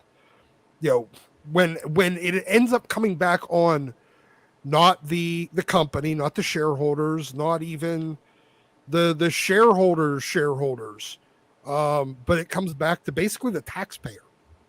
They really have no fear anymore. Too big to fail. Don't worry. We'll bail you out. Yeah. The big fear is that Disney Plus is going to stop growing, which it already did. Amazingly. I didn't think it would happen. Keda says, Drunk Dealer had a fight you might like. Captain America versus Master Chief, the video game, not the TV show. I never actually played Halo, and I didn't watch the Halo show, so I know who Master Chief is, but I know nothing of him. But my assumption is that Captain America throws him through a wall and kicks the shit out of him. Cap still wins. Cap. The only place that Cap doesn't win is if it's in space. Because Master Chief can at least, while he can't like really live out there, he can survive in a no atmosphere area for short periods of time. Captain America has access to Fantastic Four technology. He can survive. My point is, if the fight goes into, it depends on where the fight Cap is. has no breathing apparatus and he's thrown into space, then yes, he will lose. Yes, exactly. It depends on if they're fighting on Earth or if they're fighting in, on in one of the Halo levels, I guess you could say. Then there's a chance where the fight could go outside, and outside is space. So, in which case, then Master Chief wins. But otherwise, no. Cap beats his ass and takes his fucking helmet. You can always throw variables in that'll swing it the other way, but yeah, Doc's right for the most part. Cap wins. He's not right. He's mostly correct. Kind of on the side. I am right. Doc is mostly correct. Mr. Hat says, "I'm not looking forward to the MCU's version of the X-Men. Storm is my favorite X-Men, and they're going to butcher her. What's y'all's favorite X-Men? Mine is absolutely Nightcrawler. Same. I love Nightcrawler. I love Colossus. I want to see these characters. I always knew you loved the commies. You're a big Russia guy, aren't you? Yeah. No, he's got a good heart. I love that like stereotype of the big guy with the big heart, and he's does the art and kind of got a good sense of humor there for a while. There's another character that was almost broken. Yeah. It came very close to being broken when he joined Magneto's Acolytes. Yep. It took me a lot of years to ever kind of like put that out of my mind and look at Colossus, back the way that he was. So yeah, there's definitely just going back to that Dan Slott conversation. You can definitely break characters. Yep. So who are you going to settle on there, Josh? Since you've named off 3 or 4 X-Men already. Man, that's tough. Like that's. I can't. It's like Jim, it's like who's picking your your children. Classic Kitty Pryde is my favorite. What you said? Pirate Kitty Pryde is your favorite? Classic Captain Kitty Pryde? Pryde, not pirate, though. Hey, Hey, maybe. she's got knuckle tattoos, man. Hey, Yeah, love it's hate. cool. It's Kate, you bigot. Yeah, Exactly. Breen, what about you, buddy? Marrow. Marrow. Marrow. That's an obscure X. But how about you, Doc? You going Chalk? You going Wolverine? I'm going Wolverine up until Jason Aaron got his hands on him. Until Jason Aaron got his hands on Wolverine, he was still a. Man, he caveats everything. That's why everyone thinks he's right, because he shifts the argument to fit himself. He can never just answer the question. Doc is a man of nuance. I am. I am, because see, like if I were to pick any X-Man right now, I'd be wrong, because there is no favorite X-Man if you go all the way to the current era. Well, those aren't the X-Men. Yes, but they're still, until we have actual in continuity confirmation that these are just plan clone deviants of the X-Men, then we still have to assume that they are the X-Men until it's been shown with certainty that they are not. All right. Kathleen Kennedy knows she's destroyed it out of spite, talking about Star Wars, but Galactic Star Cruiser is shut down. Knights of the Old Republic is canceled. And the big flagship program right now, Aaron, is the High Republic, which no one reads. No one reads, no one cares. They're trying to do it. That Acolyte show, if it ever comes out, is based in the High Republic era that no one cares about. It's a race to the bottom. The fact that Ahsoka, who is was a very popular character under George Lucas during the Clone Wars, everybody loved Ahsoka, and now can't even do better numbers than Andor. You have to look at the franchise as a whole and how it's been broken and how the fandom has been broken. And Galactic Star Cruiser, that was always going to be a disaster. First of all, anything based in the sequel trilogy is always going to fail. Knights of the Old Republic, that is an epic video game. If you guys have never played the original Knights of the Old Republic and even its sequel, which was released incomplete, they are fantastic, and the characters in them are fantastic. And I was cautiously excited for the remake of Knights of the Old Republic, because I thought, man, if you give me that game with today's graphics and music and you really bring it home. But of course, they hired a bunch of people who were going to change it and inject modern day grievances and politics into it. So it wasn't going to be the same game. So the fact that it's dead, I'm not going to mourn it. Lane says battle, Worldbreaker Hulk versus Doomsday. So here's the thing. Doomsday killed Superman, and I don't think Worldbreaker Hulk can kill Superman. So my assumption is Doomsday will just kick Worldbreaker Hulk in the balls, and then he'll launch into the sun, and then he'll murder him that way. And I feel like Doomsday, having been defeated by Superman, you can't defeat him the same He would have twice. rebuilt himself even more he powerful. rebuilt it. Yeah. Yep. Better, It's worse now. faster, stronger.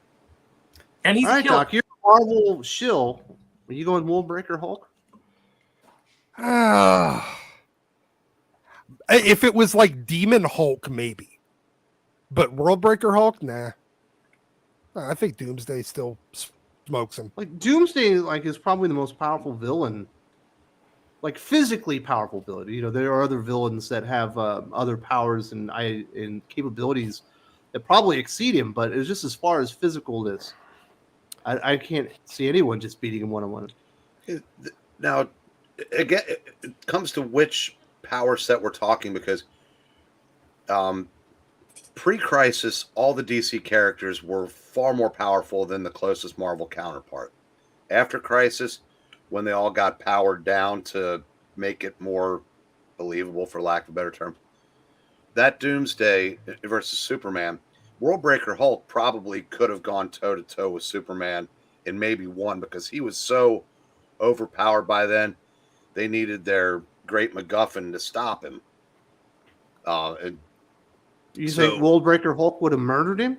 well, I think we had a good shot at it because I said it took the Sentry to stop him, and the Sentry at that time was ridiculously overpowered also. But He's just Superman. 3 or 4 crises later, I think the DC characters have been powered back up to almost Silver Age levels. And if that's the case, there's no Marvel character beating their DC counterpart. Do you think Greg Pak wakes up in a cold sweat at night, realizing that he will never write a better page turn than Hulk saying to Black Bolt, "I didn't come here to hear you whisper," and you turn the page and Hulk is jumping out of the smoke and says, "I came to hear you scream." Like he'll never write a better page turn than that. It's To be fair, a lot of people could never write what he did with World War Hulk and Planet Hulk, and certainly not Asian writer Greg Pak, as he's now known. Yeah. I Am Wolf enjoyed your epic rant video. Really opened my eyes about potentially pitching a comic to Image or Dark Horse. I was hoping to copy the Kyle Higgins Radiant Black. I enjoyed that epic rant as well. Every once in a while, it's good for me, Jim, to just lose my mind a little bit. Yeah, you have to. You have to, or else you're just going to completely go insane, and there's everything to get. Micro The bleeps, the bleeps, Yeah. and the creeps. Yeah. Oh, my goodness, Jim. negative zone. Jim is Terminate. back. I don't understand. No, It's he's catching up. got It's Gina catching up. Carano's pronouns again. I feel like crap. Is what it is. But Say beep boop beep. It seems to fix beep it. bop beep bop Yeah, boop you're beep. good now. Now, is Now it it's good? clear. Jim, Are we every good? once in a while, you fucking gotta worked. just lose your biscuits. You know what I mean? And be like, this is bullshit.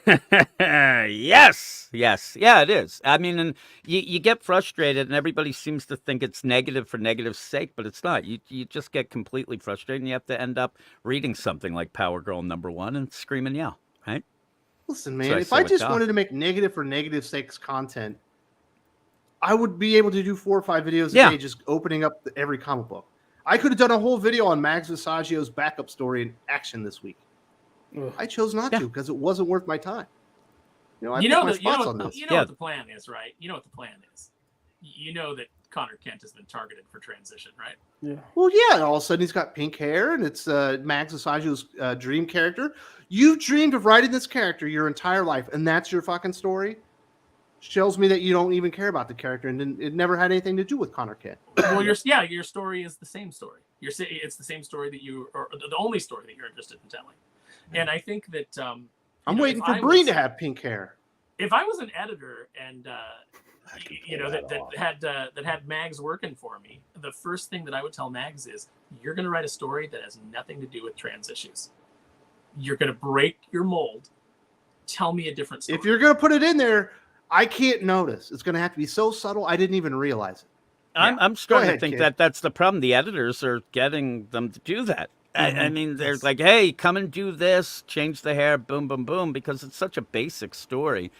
And even goes against like the stuff that seemed to be going with the Kenny Porter Superman or Superboy Man of Tomorrow deal that I think they just said, do this. And Mag said, all right, and changed the There's hair no color. all right to it. Max has been talking about writing the story literally for 7 years. Yep. Mhm. Yep. But I will say the publishers are getting so desperate to get people to come in and write because they can't get the people they should be getting. Yeah. That people that they have blacklisted, like Mags, they're now inviting back. And then they're letting that talent dictate what they do. I'm only Why gonna don't come they back invite if. in some of the other people on the other blacklist? Some of the Yeah, I people that are know. on the political blacklist or the criticism blacklist. Because we can't Yeah. have those ideals infecting the workplace. That's why. The That's their ideals of- mentality. The ideals of sales come first. Yeah, I can see why you wouldn't want that at your for-profit company. Mhm. Crazy. Yeah. Kenneth Dowling isn't Master Chief a super soldier. Plus, he has plasma guns, explosive claymores, like Doc always says. Plus, he kills. I'm a Marvel guy, but you can't ignore that. Captain's Kenneth. beat guys that have all of those skills and more. Yeah. Kenneth, I just want to know, why do you hate America? Yeah. If he has I Claymores, hadn't noticed that. He really does hate America. He's really going against Cap here. If you I like know. space, then go live in space, Kevin. Yeah. He must have really liked the Nick Spencer run, huh? He must have. That's probably his favorite Captain American run. Listen, I love Master Chief. I played Halo. Okay, You who know, wins? I love to, but Master he Chief doesn't beat didn't Cap. punch Hitler in the face, so stop it. Exactly. Get out of here. Who wins between Master Chief and Drew McIntyre? Then it'd be the Battle of the Claymores. That is true. There can I don't be know, only man. one. Drew McIntyre got bitched out by Roman Reigns plenty of times, and it feels like Master Chief is like a Roman Reigns like character. It feels like you should probably just work him over pretty easily. Did Roman ever beat him clean though? I mean, has Roman beaten anybody? Yeah, he certainly really didn't in when they returned to Scotland for that big show that they Mhm. hyped up, and then he No they beat the interference shit out of from the Usos or from Heyman. him. Well, there's always interference, but There's always that out, right? That's like I said, that's always the caveat. Like that's the Doc's. Hey, what if Master Chief pulls him into space? That that's what the Usos are. They're always that caveat. I don't know, man. That'd be a good one. And Drew McIntyre's all right. He's got that sword, Yeah, Maybe that it holds up the plasma guts. it's like the And Master Highlander. Chief was never Like- in 3MB. Yeah, let me ask you this: Exactly. do you think Master Chief defeats Iron Man in a fight? Well, Cap has beat Iron Man, and I don't think Master Chief can beat Iron Man. No, I don't think so either. Yeah, I think he would give him a hard time, Mhm. but I think Iron Man would get him. Like Hackett's suit or whatever. Kenneth says, I don't have just one favorite X-Men. I love them as a team. They're the greatest superhero team in all of comics, and I said it. Not backing down. But what's your favorite X-Men team? He didn't even say if it was Outback era. Is it Chris Claremont era? Is it the red, blue, and gold era? Is it Krakoan era? Which one's your team? Kenneth? This is how Doc is right all the time. And supposedly. Because he just Supposedly. caveats it to hell, or he doesn't pick anything. That Outback. I love team, them all. Man. That Outback team. It's there's also eight X-Men that should still be invisible to all forms of surveillance. Is it the original Yep. X-Men team? Yeah. No, Damn no, right. the eight. Damn right, Doc. I've been saying that for years. I'm glad Yep. somebody else is saying it. Yep, there's still because the Siege Perilous did not change that. So yeah, Yeah, they but should Siege all. Perilous is an agent of Tini Howard now, Doc. My point is that there's still 8 X-Men that should be completely invisible to all forms of All the surveillance. mutant sentinels. All forms of surveillance. Why, when Yeah, you dude. said Teeny Howard, like as soon as you said that, Wes, like in my She head, reintroduced the immediately- Siege Perilous in her Excalibur run. But she Immediately. did the different Siege Perilous. Or actually she confused the two of them. But I immediately Yeah. heard "Hello, Darkness, my old friend" in my When head. the Doc's about to rip. Jose the Beast. I've only read Red Goblin arc in ASM by Dan Slott. Is there anything else worth reading by him? Well, that's the last arc and the last time it felt like he cared about comic books. And he definitely wanted to end ASM on a high note. And that's one of the better ones. Doc, you didn't give up on ASM during the Dan Slott era. Is there another place worth reading? You know what? I didn't mind him the superior. Yeah, I was going to say, Spider-Man just run. do the Superior Spider-Man. Yeah, That's where it's it's at. actually not bad. I mean, he's not- writing an amoral character, so Yes, you know he can is. he can lean in, he can lean into that. Doc Ock is a self-insert, so yeah, it's decent. It's I actually like Superior. And see, that's the interesting thing is that we can actually say, as much as we don't like these people's public personas or the way that they behave, when they write a good story, we can actually admit that it was a good story. Yeah, there was in the mid 600s. There was some pretty good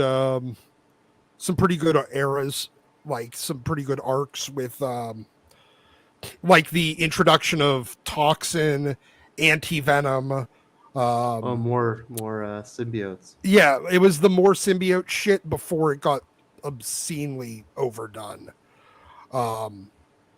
But no, there was some pretty good stuff that done in that era.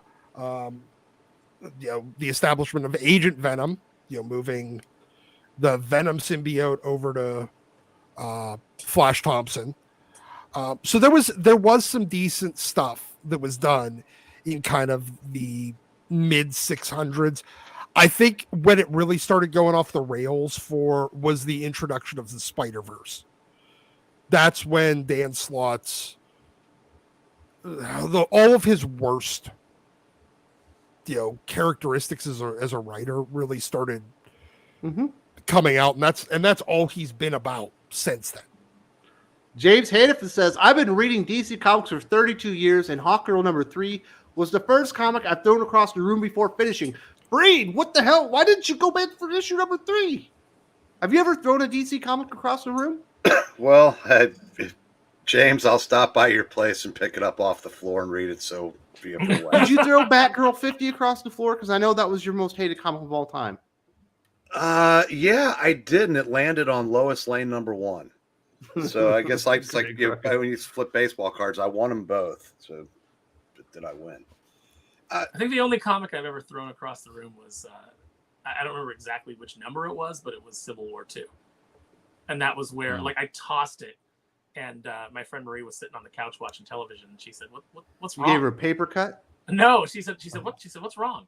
And she goes, you sighed really loudly, and you looked at your pile of comics, and you said, I don't enjoy this anymore. And you got up and you walked out of the room, and you didn't come back to that pile for like the rest of the night. No, Wes, to answer your question, the reason why I didn't read Hawkgirl 3 is because Mag's story in Action Comics was Watchmen compared to Hawkgirl 1. So I didn't see any need to go any further. Hawkgirl was it was bad. Abysmal. It's special. Yeah, you got to feel bad for everything Hawkman, you get when you cast writers. Yeah. I mean, Well, that was writers. And of course, this is the same writer that said every hero in the DC and Marvel universe were actually queer and waiting to come out of the closet. So you get what you pay for. People Kenneth also says, got mad at Josh for that. Josh's response, he also got Twitter. Oh yeah. Well, that was mainly Max, but yes. Kenneth says, "You guys exposed me. You got me. Hail Hydra." I knew it. Nope. Dude. It just makes Kenneth's sense. buying right? us all dinner, man. Like It's like when you get to the end of what was the Bruce Willis movie with the dead people? Sixth Sense. It's like at the end of Sixth Sense when everything comes together and you realize that they told the story the whole time. Everything's coming together for Kenneth Dowling. Now I get who he really is. You know He's what I mean? now found out who he really is himself, too. Yeah. He says, dude, as much as you have known me talk X-Men, you should all know my favorite X era is X-Men Mutant Genesis. Jim Lee and Chris Claremont, one of the best duos in comics. Till Jim Lee stabbed him in the back. Yeah. Yeah, kind of screwed him over. Doc, you say that's incorrect. It's the Outback era is the best X-Men team? Oh, absolutely. Definitely is- the best. Doc is mostly correct. Man, Guys, I wonder which Jerry Duggan X-Men team is the best one. It was the first, the second, or the third. He's only been on the comic book for 2.5 years. Absolutely It was the insane. third because they died in one page. Yes. Yeah. As soon as they were announced, they just died.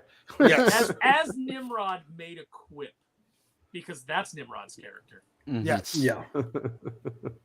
Jose to B says, I tossed Static #1 by Vita Ayala. Such trash. Sounds like the artist did too. Yeah. Yeah. He was it Nicholas Ivy Draper Ivy? Yep. One or the other. He did not like working with her. What a missed opportunity that Milestone relaunch was. I was pretty excited for it until I read the anthology to kick it all off, and I was like, oh, this guy doesn't get any of the characters. Yeah, no, it was. I had such high hopes for it, and as somebody who got to actually, kind of like live a little bit of a dream, I got to write Rocket on Young Justice. That was that was the lead character in my episode from that arc, which was huge for me. I had real high hopes for Milestone, and it's really sad to see what they actually ended up releasing. Yeah, it did not go well. Callum says that artist you mentioned, Tess Fowler, I used to follow her. She's mentally ill and she literally can't handle the truth about herself or the industry. Tess Fowler's not a nice person. That's most of the comic industry right now, unfortunately. And I feel like right now, I can't decide whether it's morally acceptable to shit all over Tess Fowler at the moment or not. I can't decide if my moral compass allows me to do that. So I'm going to err on the side of caution and just be like, Well, ask homeless. yourself what would Tess Fowler do in this situation? Don't do the that, opposite, 'cause and that's then not do the okay do for the this opposite. channel. do the opposite. So you're right to take the high road, Doc. Yeah. Because Yeah. So- that's not what Tess Fowler would do. Tess Fowler has tried to destroy more careers and has led and chimed in on more digital lynch mobs than most people in the industry, and that's really saying something. And this is, this latest thing, it's unfortunate. I don't want to see anybody be homeless, but also, why weren't you paying your rent? Why did you think that you could just skate by on not paying your rent? Everybody in California was getting $900 a week unemployment during COVID. You could have kept paying your bills, but you decided not to. And unfortunately, there are consequences to actions. You do actually have to pay rent if you want to continue to live somewhere. And it's unfortunate, but this is just the latest thing that she's asking for money for. And I can see this e-begging going on for a considerable amount of time, because there's just certain people you can look at their history. Every 6 months to a year, there's a crisis where they need you to give them $25,000 or more. It's a never ending cycle. And at some point you got to say enough is enough. Wraith X7 says there is a Cat versus Master Chief short film. Machinima, right? They were doing those for a while, like Wolverine versus Predator and stuff. It's not like the MTV fights that they used to do with the clay people. Yeah, but these were better. These had higher production value. Celebrity death match. Yes. Callum says, plus she supported Mags during the Sean Gordon Murphy attacking him online, and she believes Ethan and CG had something to do with the Amber Heard case.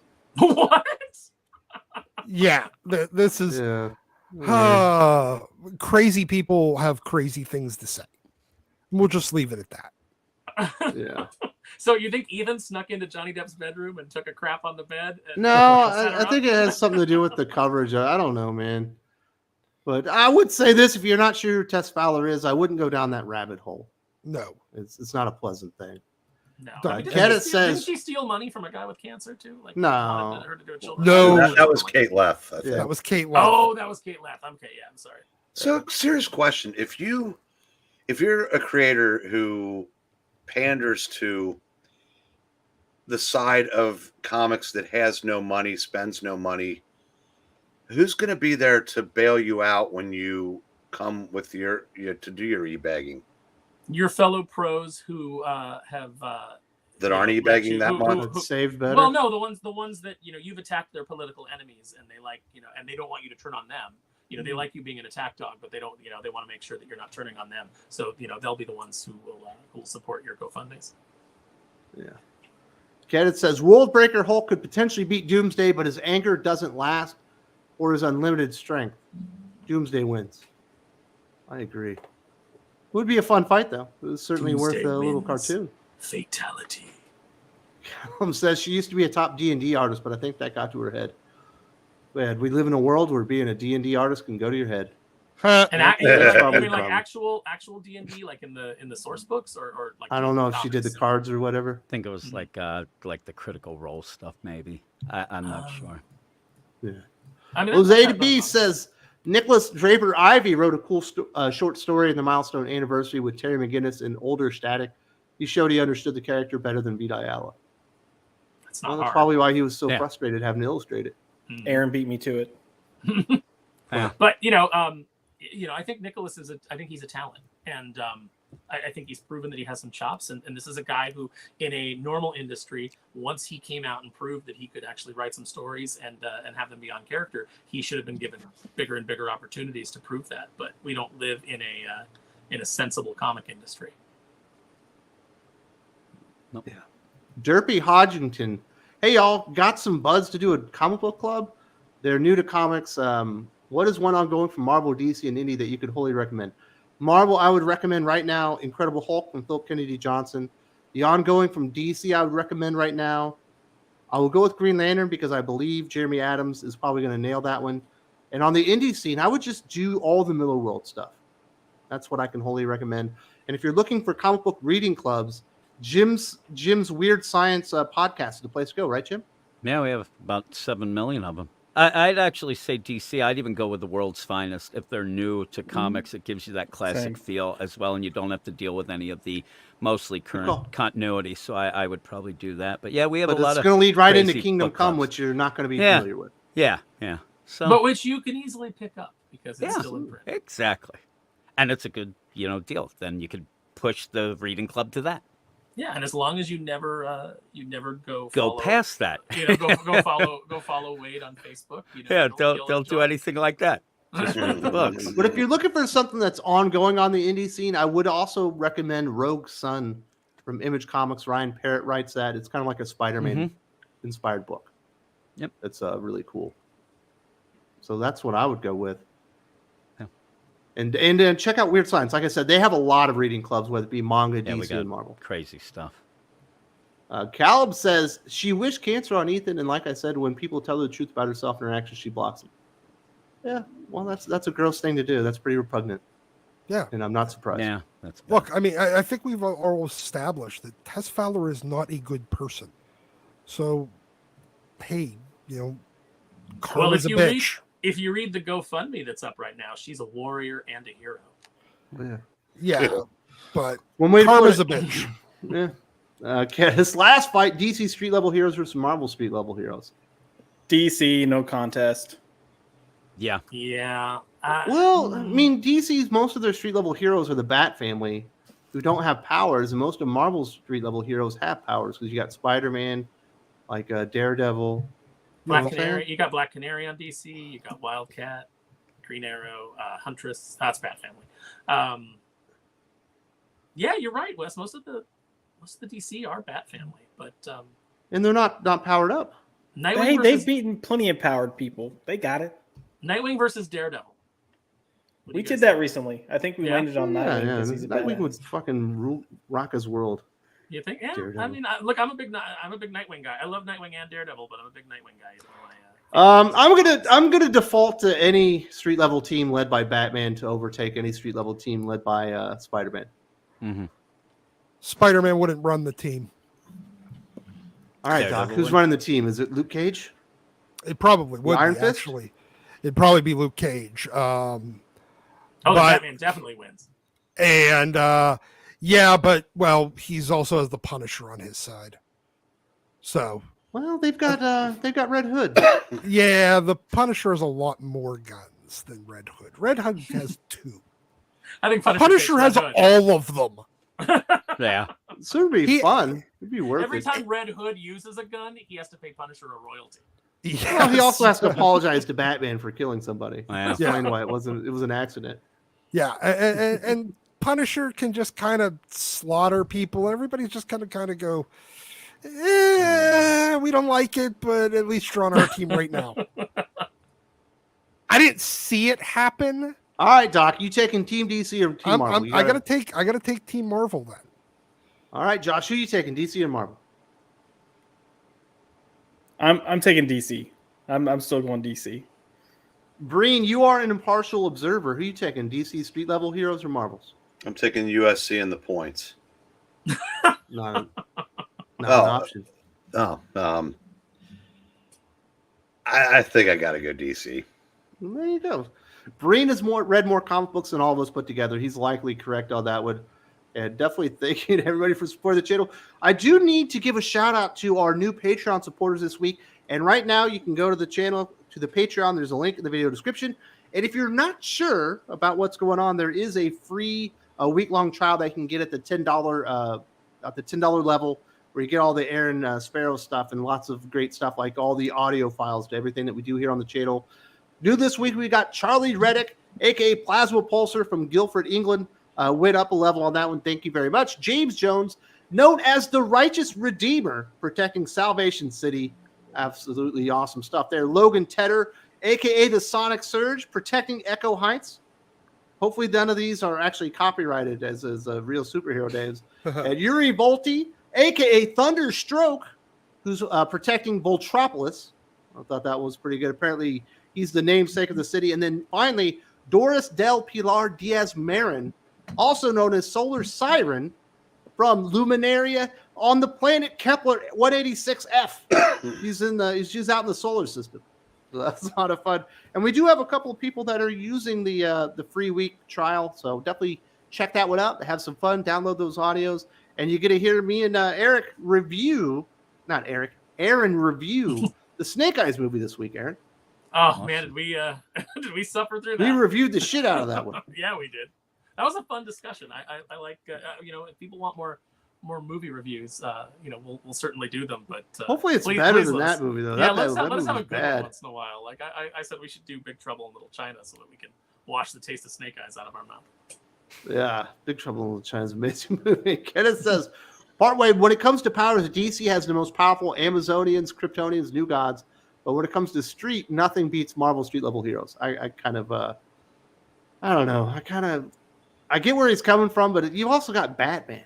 He's the Bat God. You'd have a contingency plan for all of them. Yeah. Yep. So, Spider-Man has been like lassoed up by his nuts and he's hanging from a building or something. He'd find a way to get You everybody. overwhelmed Daredevil with that Sonic. He'd just have a bunch of Max come in and Yeah. Iron Fist is on Josh's Twitter feed. You got it all. You take them all down. There you go. Like unto a thing of iron. Oh my goodness. Let's get into some comic book reviews, and definitely appreciate everyone for watching the channel and having a great conversation. Definitely one of the best panels we've had in a while. This is a lot of fun.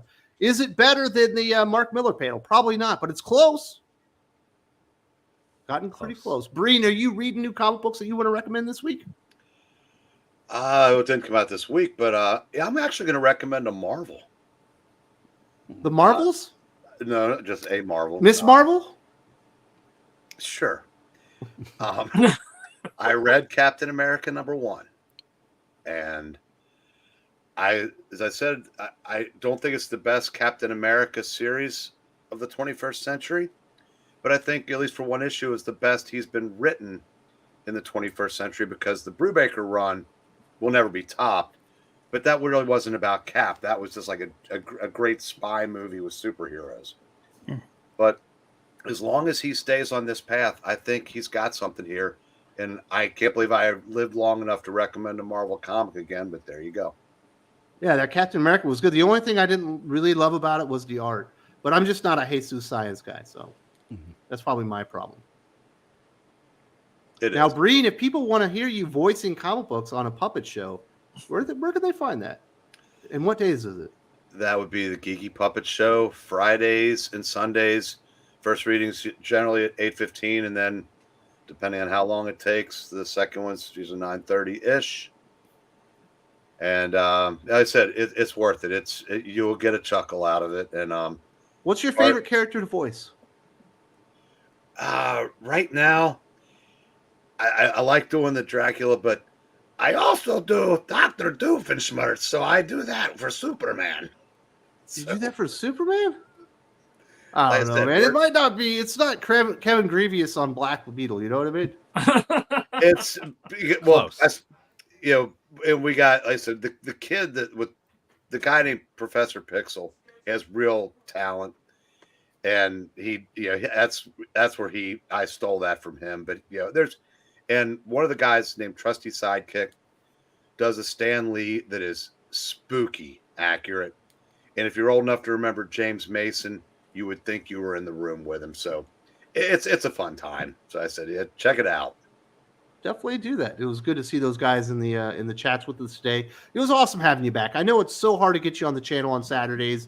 It just so happened to work out this week where you end up getting a Saturday off. I'm glad you spent it with us, brother. So am I. Thanks for having me. Yeah, so we got Jose to B says Action Comics by Philip Kennedy Johnson is a real good read. Just don't read the last story and you'll be all right. If you read the last story, you're going to leave with a bad taste in your mouth. That's what I got to say about that comic book. But the PKJ Dan Jurgen stuff is absolutely worth it. Kenneth says Spider-Man, Daredevil, Luke Cage, Iron Fist, Shang-Chi, Moon Knight, Captain America, basically all the New York team heroes. Batman is the best street level hero, but Marvel wins. Enjoyed you guys today. Take care. God bless America. Oh man, that's got to be coded for something, right? He's trying to get back. He's trying to say Hail Hydra without saying it. He's whispering afterwards, right? Oh. Is Captain America really a street level hero? Though? Yes. I don't consider him. I mean, I don't consider him a either. street level hero, but I don't consider him a street level hero. He can work that way. If when Batman can get back from space by putting his bat undies around his head, yeah, Oh, Captain God, America that was street so level. stupid. That was terrible. that was the last Batman comic I bought. Yep, that was the last one of Zdarsky's run that I bought as I well. was just like, out. I'm done. Oh, then you missed the best moment in Batman history in the next issue. The Bat Shark repellent, that was worth the price alone. See, I don't like it when Zdarsky leans into his trash humor. Yeah. I think that moving away from that is really But He's the Tom Green of comic in this books. I feel like Chip Zdarsky needs to be fined like millions of dollars for every time he attempts a joke. Like that should be part of his contract. Like if you attempt a joke, you have to pay us like 10 issues worth of your salary. Oh, he's All right. terribly unfunny, but that one was great. Can we institute that rule for Ryan North as well? Yes. Yes, please. Any Canadian. Yes. All right. Derpy Hodgington wants to know, Doc, Eric, what classics should I show my buds? Classic what? Comic books. He's trying to get a comic book club Oh, together. well, I have my recommendation. We don't need to have the whole list, Doc. Just a couple of ideas. I would say Giant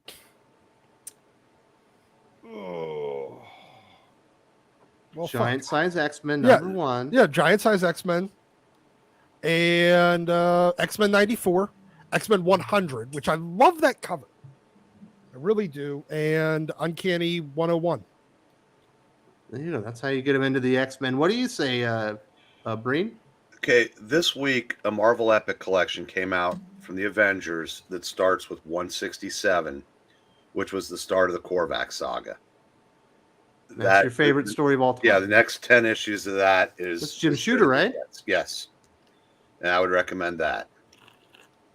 I'd say jump into X-Men at issue 200, read up through the Mutant Massacre, and see if that doesn't get you hooked on X-Men books. That's actually a pretty good call, too. Everything's all about the Marvel comics here. My goodness. Go read up Superman Up and Away with them, and they'll absolutely love that one. It's Jeff Johns. It's another writer that I don't like, but it was absolutely fantastic. That's a good story as well. Oh, read the Hard Traveling Heroes with Green Arrow and Green Lantern, and you Jenny can see O'Neill. how comics can be political, but with a deft and subtle hand. Whatever you do, even all that subtle, but it was deft. Do not start them off with Watchmen. Terrible Yes. idea. They'll never want to read comic books again. All right, Josh, what do you recommend this week? I didn't get to the comic shop until last night, so I don't have recommendations for this week. But since I haven't been here, I will say I'm reading Conan, love it. Reading Sacrificers, love it. And Enfield Gang. So pick it up. It's only 2 issues in. And if you haven't been reading that Texas Blood and you like the Enfield Gang Massacre, go pick up that Texas Blood. My goodness, there we go. Jim, you got any recommendations? Yeah, I'll go Immortal Thor at Marvel. It might get a little wacky after this, but I'm enjoying it enough. Conan 3, read all of those, and Blade 3, I actually enjoyed as well. Those will be my 3 recommendations. Very nice. And I'll be doing my recommendations in full with Drew later on the channel. Although, if you are on the Patreon, Jim and I have a Hot or Not segment where we talk about all the best and worst stuff from the Marvel, DC, and Indie, but it's much more involved. It's like 2 hours, Jim. It was about 2 hours. We ended up talking about podcasts at the end, and you ended up giving me recommendations that now I am obsessed with. So You're I'll tell everybody. addicted to the Fall of Civilizations. The Fall of aren't you? Civilizations. Yeah, I've actually Absolutely I'm almost done listening to all the episodes already. All of I've been them? listening. There's there only is like 18 30 on hours. the feed, but it is like 30 hours. I've been listening to it just nonstop, so I appreciate that. So give a shout out to that podcast as well. Absolutely. And then when you're done with that one, go check out A Brief History of. Yep. 1 hour shows on just random subjects. Love it. Very, very good. Do you have any comic books you recommend, Aaron? I haven't been to the shop this week, so I'm going to go with one of Josh's recommendations, which is I thought Conan was absolutely fantastic. I also really like Bill Willingham's Fire and Ice. So if you like medieval swords and sorcery and that sort of stuff, I think those are really What about good. Joanne Starr's Fire and Ice? Yeah, what about that With other Smallville? Fire and Ice, Aaron? Do you like that one too? There is no It's a other duo. Fire and Ice. By the way, make sure you don't confuse the two. Yeah, because yeah. You'll be coming for my blood if you pick up the wrong one. Make sure it's Bill Willingham's based on the Bakshi cartoon. But I did pick up some good comics this week. I went to a thrift store, and for about $1 a piece, I picked up a bunch of old DC Dungeons & Dragons comics written by Dan Mishkin and drawn by Jan Duursema. Really Nice. good stuff. Filled out my gaps in that run. Very, very nice. Now, Doc, you are the last one. Do you have any comic books you're going to recommend? Nothing new, but What about go. Power Girl? yeah, no, I'm not recommending Power Girl. Mhm. We'll get to that on Monday. I'm not. You'll get to read or listen to our review for that on Monday, but no. So we're gonna go with Uncanny X-Men. I think this is 106 or 108. This is the first John Byrne on X-Men. So good fun comic. And then what is this? 116? Yeah. This is the first time Wolverine you get to see his healing factor. This is where his healing factor actually gets introduced. Up until Garrock then, Garrock the Petrified Man yes. is the villain. Yep. And but yeah, so you get to see Wolverine's healing factor introduced in this issue. So yeah, go. These are some reader copies I have, but yeah, go pick them up. So that's it. I only have That's two it. this You week. had 3 comic books. You only showed us 2 of them. No, I only had There you 2 go. in my hand.